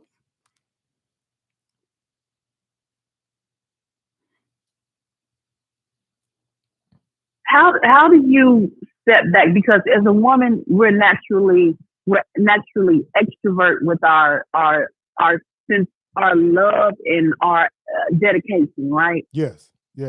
How do you keep that from? How do you pace yourself back? Like pacing yourself back, holding yourself back when that's who you are.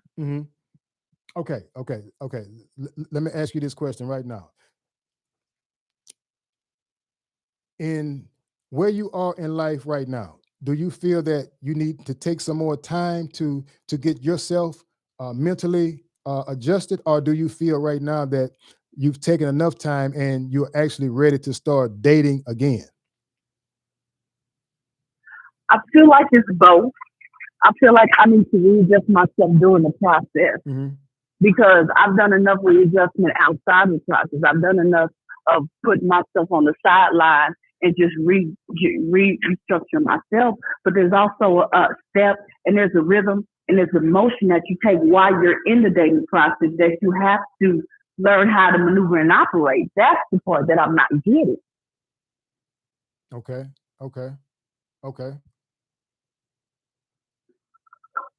All right. Now, let me ask you this.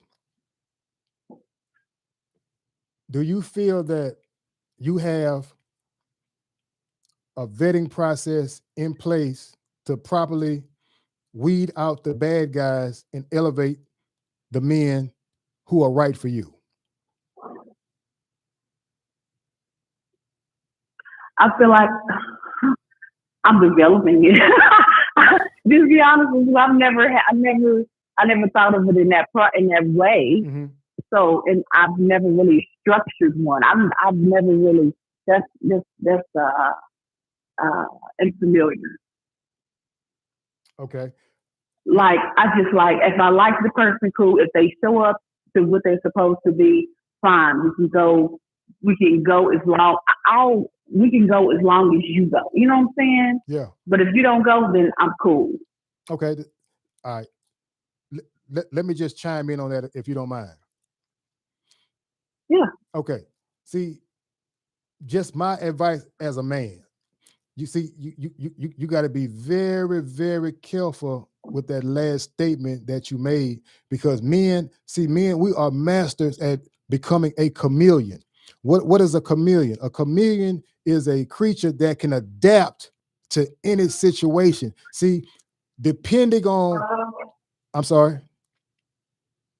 That's not.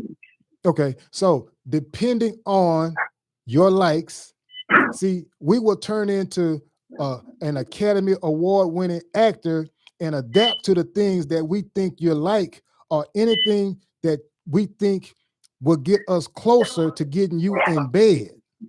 So you got to be very careful when you talk about vibing with a person and you feel like you're on the same page, because once we find out what page you on, if you're on page 10, we're going to get on page 10 with you. So in other words, if we find out you like to go to church, guess what? We're going to church with you. If we find out you like to go to the opera, guess what? We're going to go to the opera with you. If we find out you like water sports such as swimming or things of that nature, we're going swimming with you. And it all can be but that's game. The thing. That's not everything. That's not everything. So while you trying to play this, oh, I'm gonna make like, yeah, I'm down with her. Mm-hmm. That's not what I'm not looking for, because I know that there's going to be differences. Yeah. So I'm not looking for, are you down? I didn't say you were looking for that. I was saying that some men will adapt to that depending on what you're putting out there. That's all I was saying. Okay. Yeah. Okay. Tell me some things you like to do. No, honestly. Go to the movies. I like to be in nature. I like to go outside the park. I like to go on the lake, go different things. Yeah. See, my point is there are some men out there who hate the things that hate the things that you just named, hate going to the movies, hate the outdoors, hate those things you just named, but they will do those things and have a smile on their face just because they know it's something that you like. And if you like it, there's a good chance eventually it'll get you in bed. That's all I'm trying to get you to see. That's why your vetting process is so important. And so I would advise you, okay, if you're ready to date again, you have to have some type of strategy to weed those type of guys out. So let me ask you this: because my idea of that, to me, time, and forgive me if I'm going about it wrong, but to me, time reveals everything that needs to be understood. Whether it be silence, the questions. I mean, if you pay attention long enough, you'll understand where he's coming from. Okay. Even if he's trying to make it seem like that, because even if he's trying to portray a certain character, his actions, if it's not going to be genuine, you can tell. So is it some almost like you have to kind of like have one eye paying attention, but the other one just not really, like you're paying attention, but you're really not there? Yeah. Listen. Okay. I'm just going to say this real quickly. There are some men out there that are so smooth. They are so good at what they do. They have honed their craft. They have practiced that thing like LeBron James practices basketball. And they have the whole thing down pat, the whole game plan down pat, and it's so smooth. They're so sweet. They're so angelic. They act like perfect gentlemen. They'll sweep you off your feet. They'll send you flowers. They'll buy you candy. They'll take you on shopping sprees. And it was all a facade. It was all smoke and mirrors. After they got what they got what they wanted sometimes, and they get the hell up out of there. That's all I'm trying to get you to see. You have to protect your heart against those individuals, because the natural eye won't be able to detect it. No way. Because they're that cunning. They're that smooth. So that's all I'm trying to get you to see when I talk about have a vetting process in place. Listen, I'm not trying to be a salesman, but if you order my book, you read the book, you could call back, we could go over it together. I guarantee you send him through that training process, you'll be good to go. Because if you like what I'm saying, you'll love what's in the book, because everything I'm saying is in the book. And it's going to give you the knowledge that you'll need, because it's just too many game players out here. You're in Kansas City. I've never been to Kansas City, but if I'm not mistaken, it's a pretty big city. And so when you're dealing with those men in Kansas City, the majority of those men are already dealing with multiple women.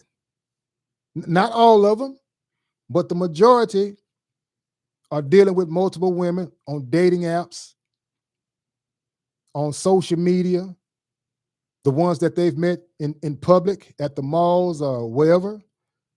So, see, you have to be aware of that. See, some men are out there, all they care about is putting notches on their belt on a sexual conquest. Some men, all they care about is not only getting sex from you, but getting money from you. Some men are out there, not only do they want sex and money from you, they want your time and your attention.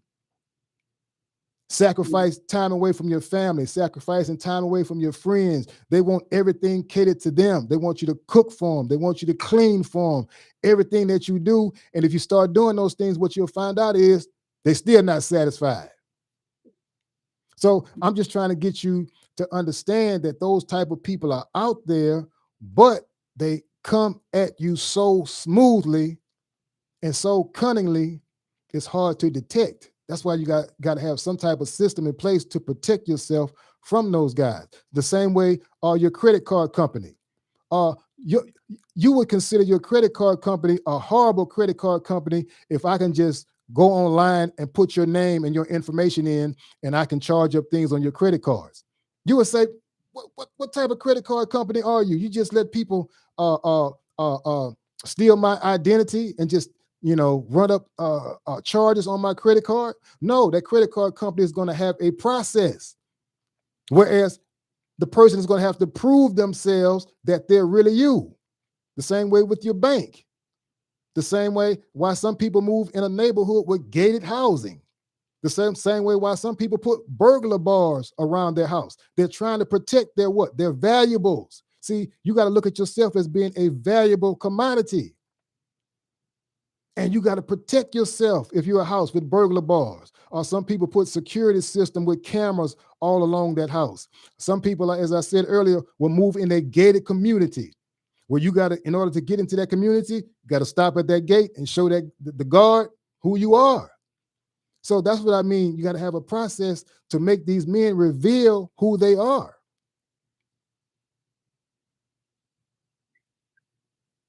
Is it safe to say that building this process is going to take it's not something I should expect to get right the first time. It's going to take some trial and error. Wait, repeat that again. Is it safe to say that building this process is going to take some trial and error? Like, it's not something that's going to be 100% right the very first time. Well, I mean, it could be trial and error, but it could be a good trial and error because once again, if you put it in place correctly, the wrong type of men that you do not want in your life, they're going to leave because they're not going to want to go through that process. But the good men, the men that you desire, they're going to gladly go through that process because they view you as their queen, and they want to show you that they are your king. So the good ones, you're not going to have any problem with them. You just got to get the rest of them out the way because it's just too many games being played out there, And there are some men who just thrive on women who make things easy, and that's that's the worst mistake you can make, especially if you're getting back in the dating scene, just letting a man walk into your life without going through a vetting/training process. That's a huge gamble. Okay. All right. I think I got my answer. All right. So how do you feel now?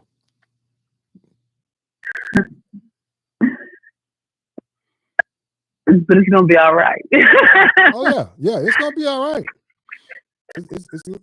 It's gonna be all right, no doubt about it. So did I answer everything?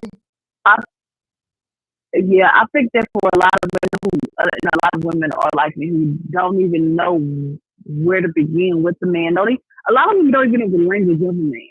Yeah, that's a good point. So I thank you for putting that out there. Yes. Thank you for calling, and I'll be doing this on Mondays and Thursdays. So you can call back Thursday or you can call back Monday, and I'll give us an update. Thank you. All right, no, thank you. All right, I have 8:50 my time, Central Standard Time. I'll take a few more calls. Anybody else want to call in? I'll take a few more questions in the chat. Someone said, learn to love yourself. That's a very, very good assessment. Sand Sunsets. Kristen Stewart, can you talk about the many young men today who put in no effort? They text you wanting to hang out. Yes, yes. Let's talk about that real quickly. All right, so let's talk about the men who are putting in no effort. Okay, so why are they not putting in an effort? Now, this has nothing to do with you. I promise you that. They're just used to, once again, the dating atmosphere. Hold on, I got a call coming in.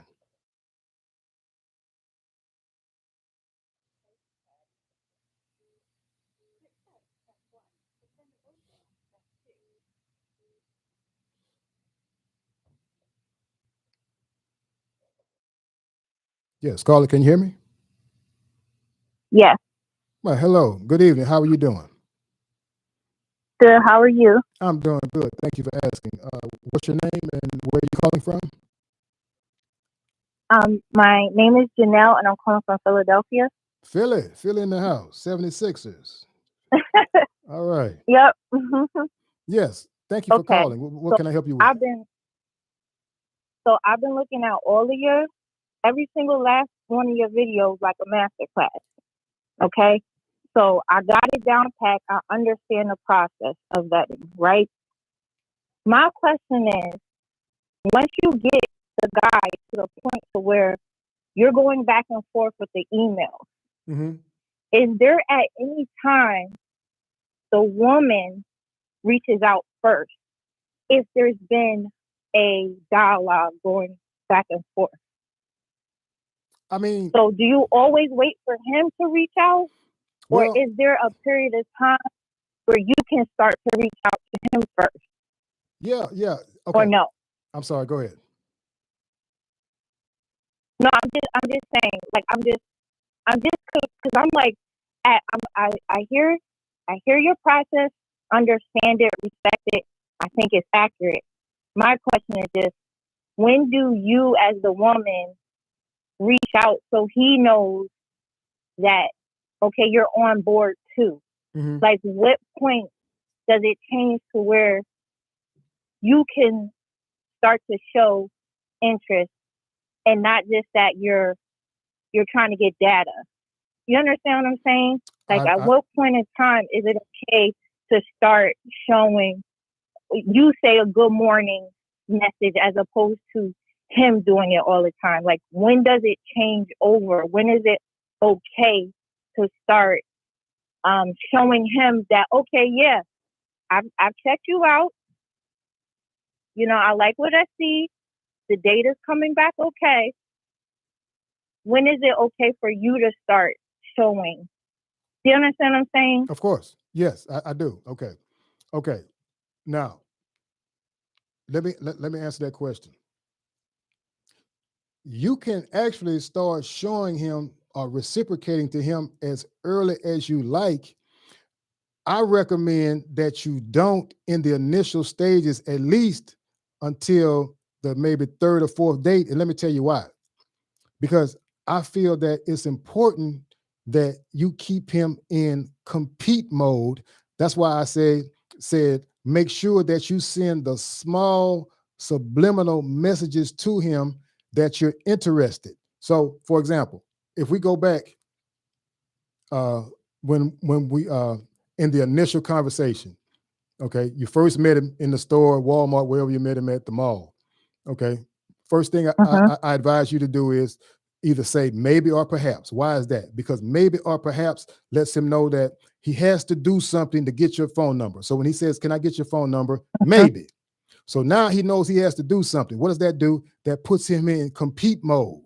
Okay, so let him talk, let him talk, let him talk, let him talk, and then he's going to ask for the number again. You say, eventually you say, "I like you, I like you, I like your persistence. I'll give you an email address." So listen, to what you just said. I like your persistence. See, you're letting him know in a small, subtle way that you're interested. So I like your persistence. I'll give you an email address. So when he emails you, he got the email address. It's a dummy email account. So when he emails you, once again, I recommend on that, if he emails you on a Monday, let it sit at least 24 hours, maybe 48 hours, no more than 72. Anything over 72 hours, he'll probably feel that you flaking out on it. So let it sit. When he asks you to go out, you respond, that sounds interesting. Let me get back with you. See, it's those small things. That sounds interesting. Let me get back with you. That keeps him in compete mode. Now, if you start to indicate to him that, you want to tell him good morning, good afternoon, good evening, that's fine too. But you have to look at the flip side of it. See, men, when we start hearing those things coming from you, our egos start to get inflated, which will ultimately bring our instinct to dominate. It'll start rising up, and we'll start saying, okay, the tide is turning now. I'm getting some momentum. She's showing interest in me. That's why it's very important, like I said, those very small, subtle words. That sounds interesting. Let me get back with you. I like your persistence. Let me think about it. After the first date, you compliment him and tell him you enjoyed your time out. You enjoyed your time with him. You compliment him after the first date, and when he asks you out again, once again, I'll think about it. So it's those small compliments that lets us know. See, men, all we want to know is we're in this thing. That's all we want to know. So in other words, that keeps you from going overboard. I strongly feel that if you start, texting him, initiating those type of conversations, it could actually inflate his ego. And then the next thing you know, he's going to say something like, well, you know what? I want to do something special for you. I'll cook dinner for you. Why don't you come over to my house and we have dinner together? And you may look at that and say, "Ooh, that is so sweet. That's so considerate." But look what just happened. That leverage, he's trying to get it from you by inviting you over to his house. You get over to his house. This is a man that you're interested in. He's interested in you. You know he's going to try and kiss you sooner or later, or sit you on the couch, put his arm around you, maybe put his hand on your knee, start maybe moving his hand up your knee or whatever. He's going to test your weaknesses, your emotional state.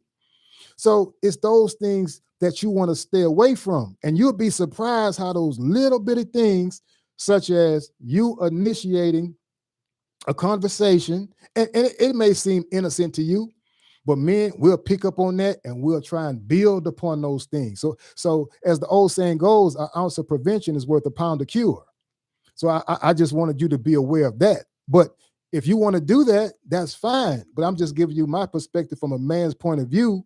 Once we feel that we get those initial contact from you that we didn't put it out, you put it out. Once again, our ego starts to get inflated, and we say, "Uh-oh, so, the tables are turning." So what if? I'm sorry. What if you keep it? So what if you keep it in a way that? So after hearing what you just said, right? Yeah. So I'm thinking now, okay, it's not good. It's not good to do that because of what it can trigger. So say you don't reach out. Is a man going to get bored or think you're not interested if you don't ever reach out first? Or will he, if he's that interested in you, he'll keep on? Yeah. See, I'm glad you brought that out. See, when you're being unpredictable, you want to keep that man off balance. See, the last thing you want to do is become predictable. You don't want to be the type of person that if we text you, you respond back in 5 minutes, 10 minutes. We're not, because now we take dose of those things. So one of the things you want to do in order to keep a man in compete mode, you can't hit him up, too early, because what's going to happen is, again, he's going to start to gain confidence. See, you got to make a man think. You got to make us think that you got a life. You gotta send messages to us that right now, I like you, but you are not my number one priority right now. Mm-hmm. Yeah, see, you can't let a man know that he's your number one priority right now. That's why it's important that you, even though I know you may be attracted to him, but just hold tight. Let him sit. Let him think about this one particular thing, because as men, we know this one thing. If we are attracted to you, guess what? We know there are other men attracted to you as well. And that keeps us in compete mode, because now we're like, okay, I'm attracted to this lady. I'm attracted to her. I know other guys are attracted to her. I got to step my game up. So that's why I say it's a good idea. It's a great idea to keep him what I call on ice. In other words, keep him guessing, keep him imagining where you are. What are you doing? Is another man on the trail? Because once again, that's going to keep him in compete mode.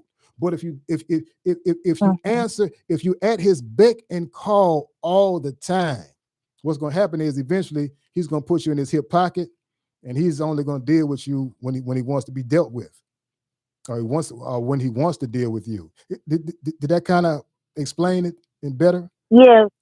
So I think I understand that it doesn't. You don't necessarily, if a guy is interested in you and he wants you, it doesn't really matter necessarily what you do. I mean, you can't keep him stringing along for a year. But you're not stringing. You can't give it. I'm just saying you can't give him that feeling that he's in there. Yeah. He got to be on his. You got to just keep the situation to whereas he's always on his toes. Because as long as he's on his toes, he's going to think. As long as he's thinking, he's going to move the way you really want him to move. Yeah. When it comes to setting the right person that's for you. Yeah. Now, see I'm sorry. Go ahead. I had one other question, but I didn't want to cut you off. No. Go ahead. So my other question is, okay, so say a female does what you were suggesting to do when it comes to the whole giving a dummy email, which I think is great. At what point in time is it okay for you to actually give them the number? Is it after a certain amount of dates? Mm-hmm. Is it something in particular that you're looking for in the dialogue that you have from the information you get from him that says, okay, I know A, B, and C, and D, so now it's okay to give the phone number, or is it a certain amount of dates? Like, when is it okay to give the phone number? I'm not anxious about giving the phone number because I like the whole email situation, but I'm just trying to understand at what point in time do you give the number and it's not too fast. Yeah. Like you're still in the safety zone of giving a guy your number. Mm-hmm. Okay. I'm glad you brought up something when you talked about a dummy email. Okay. Now, when it comes to your phone number, that needs to be that needs to be a dummy phone too. In other words, one of those cheap track phones or one of those cheap disposable phones. So make sure that's a dummy as well, because he hasn't earned the right to get the phone number in your main phone yet. Now, if you think that's overboard or whatnot, think again, because men, you'll be surprised how many men out there got their regular phone and a dummy phone. Usually we'll hide that dummy phone in the trunk of our car, somewhere in the back where the spare tire is under the jack or something like that. But some of you ladies, you don't believe it, check. One day, you just check the back of that trunk, back underneath where that spare tire or that jack is. Sometimes you'll find that dummy cell phone back there as well. So that needs to be a dummy phone. But again, I recommend that happens at least after the third date. But it's totally up to you. If you feel that he's obliged by everything that you put out as far as your dating process, as far as every date, you say the date is only going to last an hour. He wasn't complaining. He wasn't begging. He wasn't trying to extend the date, because that's things that we do. He likes your standards. He likes the standards that you set in place. He respects what you're doing. He respects that you have high standards and you're not dropping your standards. If he's not putting up any fuss and going through that training process in the correct manner, respecting everything that you're doing and respecting your process, hey, you can pretty much give him that dummy cell phone number whenever you feel like it. Maybe you can do it after the second date. Maybe if you feel like it, you could do it after the first date. But like I said, I just strongly recommend, once again, one of those cheap track phones that, only a few bucks, and you just keep that as a burner phone. But it's totally up to you. Nowadays you can nowadays you could get a dummy number on the app. That's true. Like, yeah, exactly. Like you don't even have to actually get another physical phone. You could just go on the app and get a dummy number. But I never thought about doing that, just like the dummy email. Yeah. But that's smart too. Yeah. If you get time, I'm sorry, go ahead. No, you're fine. Yeah. If you like what I'm saying, if you like what's in my videos, you'll love what's in the book. The book just lays it out from A to Z, because you also got to remember there's a process in place. Once you get him, you still got to be able to create an environment that's conducive to him to want to come home to you. And so that's the process that's totally up to the woman to be able to create that environment where he does not want to be around his boys. He does not want to be around his family. He does not want to go to the strip club. He does not want to work overtime at work. When he gets off, when he's finished at the gym, he wants to make a beeline straight to you and the home and the environment that you have created. That's very important. Okay. Because you might be able to get him, but can you keep him? But you got to keep him. Yeah. Yeah. I have another caller coming up. Okay. Did I answer everything? Yes, you did. And I'm gonna get the book. I planned on getting it for my trip when I go away. I want to read it on the plane. So okay, all right. I'm going to get the book. Okay. Well, thank you so much for calling. I really appreciate you. Thank you. No problem. Thank you for all that you're doing. Oh, no problem. Thank you. All right. Okay. So,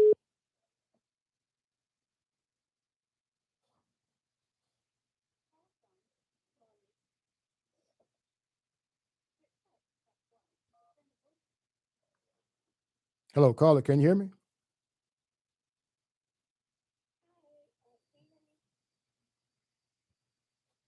Hold on 1 second.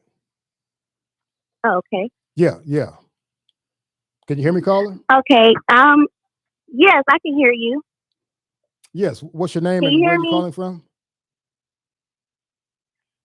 Monique. I'm calling from North Carolina. Wow, North Carolina. What part? Yes, the South.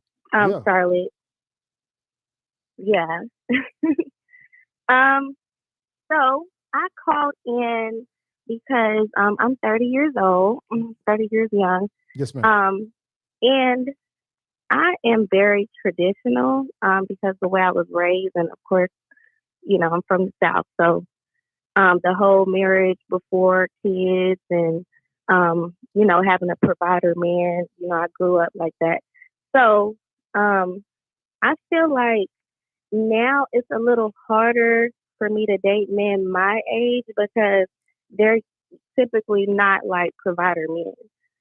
They want some, first, and then they'll determine if, like, I've ran across so many guys my age, and they just talk like, I'm just like, who raised you, to feel that entitled as a man? Like, like you say, there's a prize, or that's what they say. And that's so new to me. Yeah. for them to talk like that. I've been borderline engaged before, and you know, he was a provider. He was near my age, but I also call him an old man because his mentality, you know, he had that provider mentality as well. Mm-hmm. But getting back out here in the dating, I attract a lot of older men, and I don't know if I want you to do like a video with like how to attract the provider men. You said I have attracted the guys and, you know, young, old, you know, 50, 60, 30, some of them 20 and too young. But the provider men, of course, that want to take care of their woman. Mm-hmm. Mm-hmm. Okay, so let me ask you this. Let's say you meet that man, and I want to ask you, do you have a system in place? And let's say this is the man of your dreams. You really don't have to vet him, or he passed every part of your vetting / training process. Do you said you're a traditional lady. Do you have a system in place that you can create an environment, the home at your townhome or your apartment or the home that you live in, eventually when you two come together, whether it be engagement or marriage, can you create an environment that makes him want to come home to your house and just block out all the other noise that's out there? Because you got to understand one thing. If you're interested in him, there's going to be a lot more other women interested in them, and they don't care about that marriage ring or that engagement ring that he'll have on. So do you have a system in place that you can create that environment that makes him want to run home to you and say, the hell with the rest of you ladies, the hell with my homeboys, the hell with, you know, trying to make this extra money doing overtime. I want to be with my woman. Yeah. I mean, I feel like my townhome, I do make it because I don't really get company. I don't invite men to my house unless I'm extremely comfortable with them. So, you know, I'm trying to get to a point where somebody, it has to be the right guy. Yeah. It has to be the right guy. So, you know, provider mentality, definitely. Anybody can take me out on a date. I'm tired of eating. You know, the dinner dates and you know, I get flowers occasionally and everything, but it's just like, I don't like my issue. I don't like saying what I want them to do. I want them to just, you know, know what to do. Yeah. Yeah. I don't know if that's asking for too much. Of course not. I mean, again, see, everybody likes what they like. You know, you have standards in place. You know how you want to be treated, and I totally get that. If you don't mind, what city are you in North Carolina? Are you in Charlotte? Are you like in a smaller city or what? I'm in Charlotte. It's one of the prime locations here. It's a financial hub for America. So it's a lot of married people. Yeah. So I'm not gonna say slim pickings, but it's, you know, not a lot of men are normally from here either. They're from New York or, you know, somewhere else. So I don't know. I guess it's just something to think about. I would love for you to do a video on that though, like how to attract the or not even, how to attract the provider men for traditional women. Okay. I mean, I can give you some advice right now if you don't mind. Okay. Okay. All right. Number one, this is just me. I don't know what your wardrobe or anything like that consists of, but number one, dresses and heels. Dresses, I heard that video. Huh? I heard that video. I cackled about that video when you were talking about the dresses and heels because I grew up in a Pentecostal church, so that's all we used to wear. Okay. So Have you noticed the amount of positive attention you get when you are in a dress? Okay, so you've noticed? Yes, sir. Okay, you know why that is? Because you are exuding femininity. See, men, we love femininity. Why? Because we're masculine, and those two things attract. Not only are you exuding femininity, you're exuding style, you're exuding class, you're exuding elegance, you're exuding grace. So just that right there will make men just run to you and shower you with positive attention. Now, you'll still get the unwanted type of guys that may approach you, but it's not not going to be that type of approach where it's going to be that disrespectful approach. They'll even have some mannerisms in which they are approaching you. But Mr. Right, I'm again, this is just my opinion as a male. But if you are trying to, I'm pretty sure you heard the old saying, men, we are visual creatures. See, once we get that visualization, and then we get that intuition of how soft and feminine you are, and that dress and the heels can just separate you and bring you to a whole nother level when we're talking about style and class and elegance that men are looking for in a wife and a fiance, the type of men who want to be in a committed relationship, the type of men who are in your age category, and you're in the perfect city. Oh my goodness, you're in the perfect city. I mean, I can just see you right now walking through downtown Charlotte, lunch hour, anywhere from 12 p.m. to 1:30 p.m. during lunch. And you got that femininity oozing out. And those guys in your age, age category, they're on lunch break, they're walking to get their coffee or newspaper or, Subway sandwich, and they just see you. And man, who is that over there?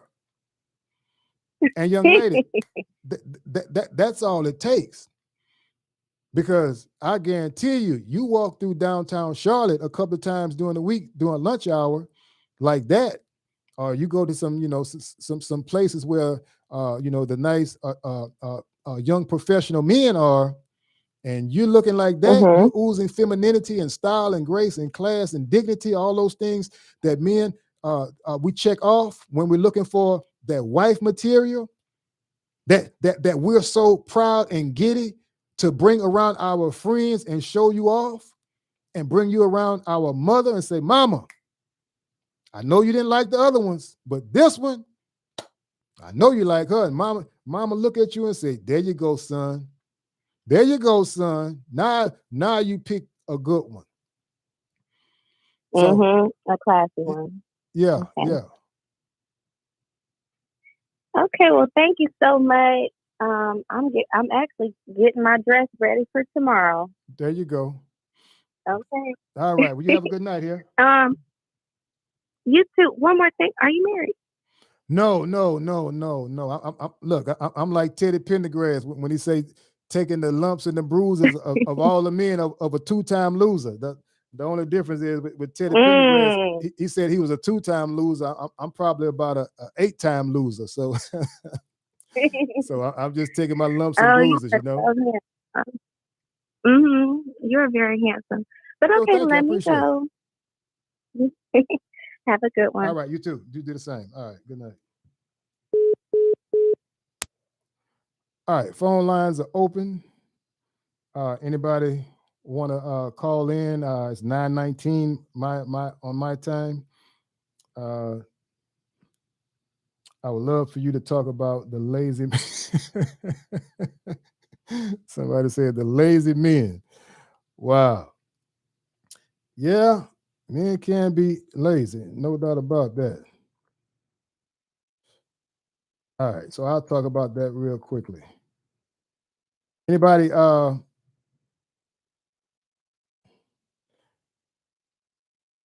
lines are open. Anybody want to call in? All right, so somebody said let's talk about the lazy men. That's a good point. Why are men lazy? Because again, this is not to the person who put this question out. Nothing to do with you. It's because so many women have made things so easy. Men feel like they don't need to work, and then when they run across you, they come across as lazy because the rest of them women made things so easy. So again,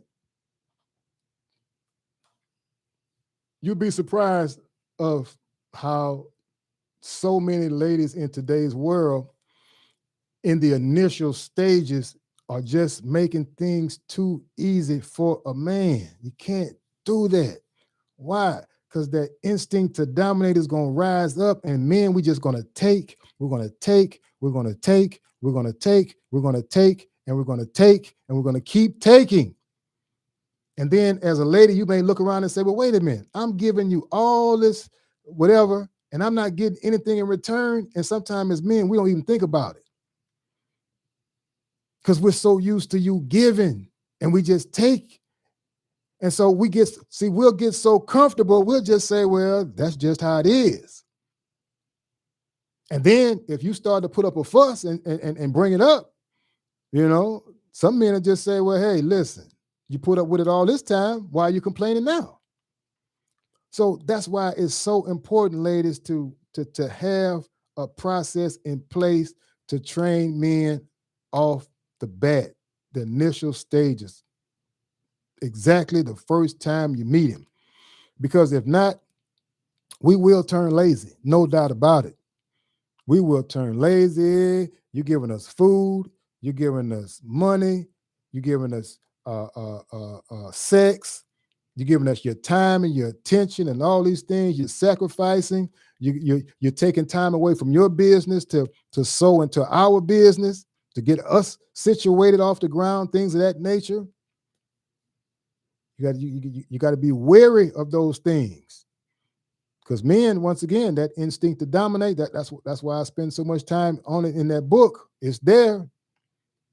Because we will take it and run with it and think nothing of it.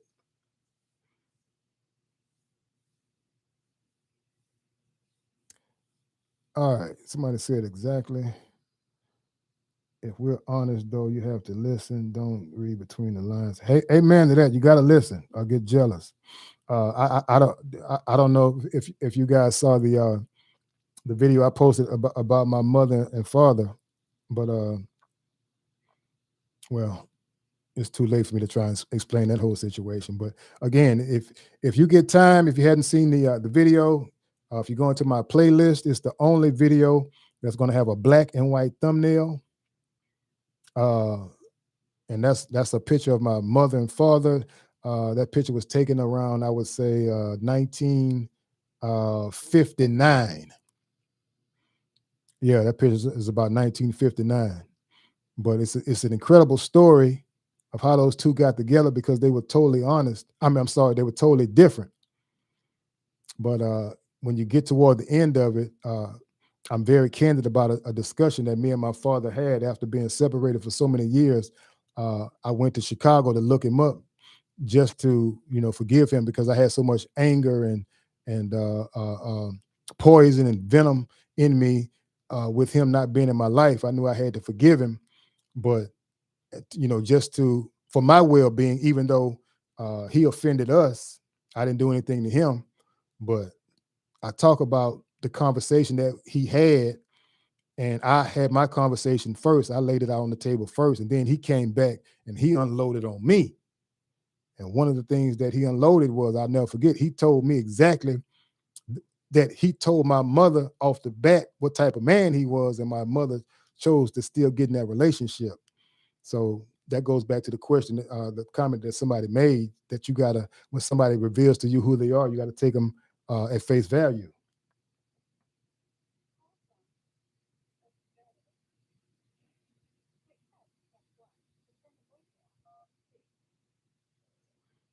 Yes, caller, can you hear me?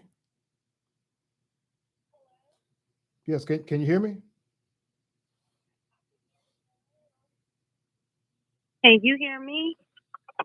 Yeah, it's much better now. How are you doing tonight? I'm well, thank you. I was just actually calling in. I didn't necessarily have a question, but I just wanted to just let you know all of this. I just discovered your channel 2 weeks ago, Yes. and all the information you've given has been very simplified and all things that I've heard before. I'm 34 and I'm single, and I've come to this point in my life where I am being honest with myself about what I want and desire, and just all the information that I've listened to thus far that you've offered through your channel. Yes, ma'am. Has been it's really hit home for me. It's really a lot of simple things, but I would just wanted to say as a woman, we just have to really be ready to receive the information. It seems what am I doing wrong and where did I go wrong? And a lot of it is just not really taking in the information that's being given to us. Yes. Because everything that you said, I've heard before, but for some reason I'm only getting it now. And it's a tough realization to come to. Mm-hmm. But you got to be willing to do the work, like you said, how you're laying out the information. Yes. It really is very simple.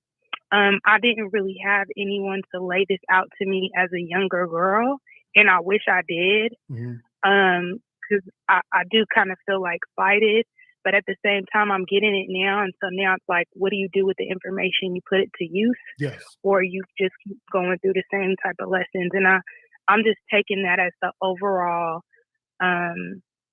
gist of what you're offering to women. And I do appreciate it because I think you said multiple times, men times change and information, access to information changes, but men and women, it's the same thing. And like you said, you have 54 years of experience of being a man. So I would just say for people who are listening now, I can definitely take your advice as sound advice. I wish that my father gave this to me and my grandfather. Wow. But that's not where I got it. But thank you for what you're doing. Yes. It's much appreciated and it's very much needed. Thank you. Very much needed. Thank you so much, young lady. I thank you for those compliments. I thank you for the kind words. Those are the type of things that encourage me to keep producing this type of content. And I just say thank you. I really appreciate it. Yeah, your content is really needed. It's coming from a space of love and information. I could tell that you're a teacher or educator, but there's a lot out here on the internet spaces, and it can be very contradictory and negative towards women and some of it towards men, and Yes. it can easily carry you into a space of women hating men and men hating women, and then it becomes this war. Really, it's about self-development, and it should be about getting to what the end goal for your personal self is. Yes. So you're thank you. Just thank you. And all right. Yeah. Thank you so much. I appreciate your call. Again, I'm going to be doing this on Mondays and Thursdays. Feel free to call back in whenever you like. Thank you. I'll try to have questions next time. Okay. All right. Have a good night. Have a good evening. All right. Thank you. All right, people. Let's see. I got 9:30 my time here, Central Time in Louisiana. I'll take one more call. If not, we can go ahead and wrap it up. I think the high tonight we got up to 78 people in the chat. I really appreciate you, ladies and gentlemen, just taking time out of your busy schedule just to join in and give your input and give your feedback. I truly believe that, as the previous caller just talked about, if we all come together, we can sit down as adults in a collective atmosphere, and we can have these type of adult conversations, because I think, deep down, that there's some pain in all of us, or most of us anyway. And, we sit down and we talk about these things, and we lay everything, we put all the cards on the table. I think we can have some very, very, very effective solutions. Because as the caller said, I mean, there's so much on the internet that's so negative, where you got men against women, and it seems like women are against men, and this and that. It seems like we don't have any cohesiveness. Nothing is in sync. Nothing is in harmony. So hopefully, we can get back to those things, and build strong families and have strong communities and whatnot, and not be at each other's neck. Because I'm gonna tell you something, people. Love is a beautiful thing. It really is. And maybe some people out there who are listening, you maybe you've never experienced love. It is a beautiful thing. It really is. And hopefully, we can get back to that. And again, with candid and great discussions like we had tonight. Yeah, yes, Jackie Singleton. Yes, great point, Jackie Singleton. We need cohesion. I love that word, cohesion. Yes, thank you, Jackie Singleton. We got to get back to that cohesiveness. Are things going to get rough sometimes? Yes. Are things going to get rocky sometimes? Yes. But what happened to, baby, I'm in this with the long haul with you. I'm in this no matter what, thick or thin, hell or high water. I'm in here with you. No matter what happens, sickness, whatever. I'm in your corner. I got your back. I'm your ride or die. What happened to that? It just seems like in today's world, it's like, oh wow, too funny. It's sad. Her vocabulary is limited.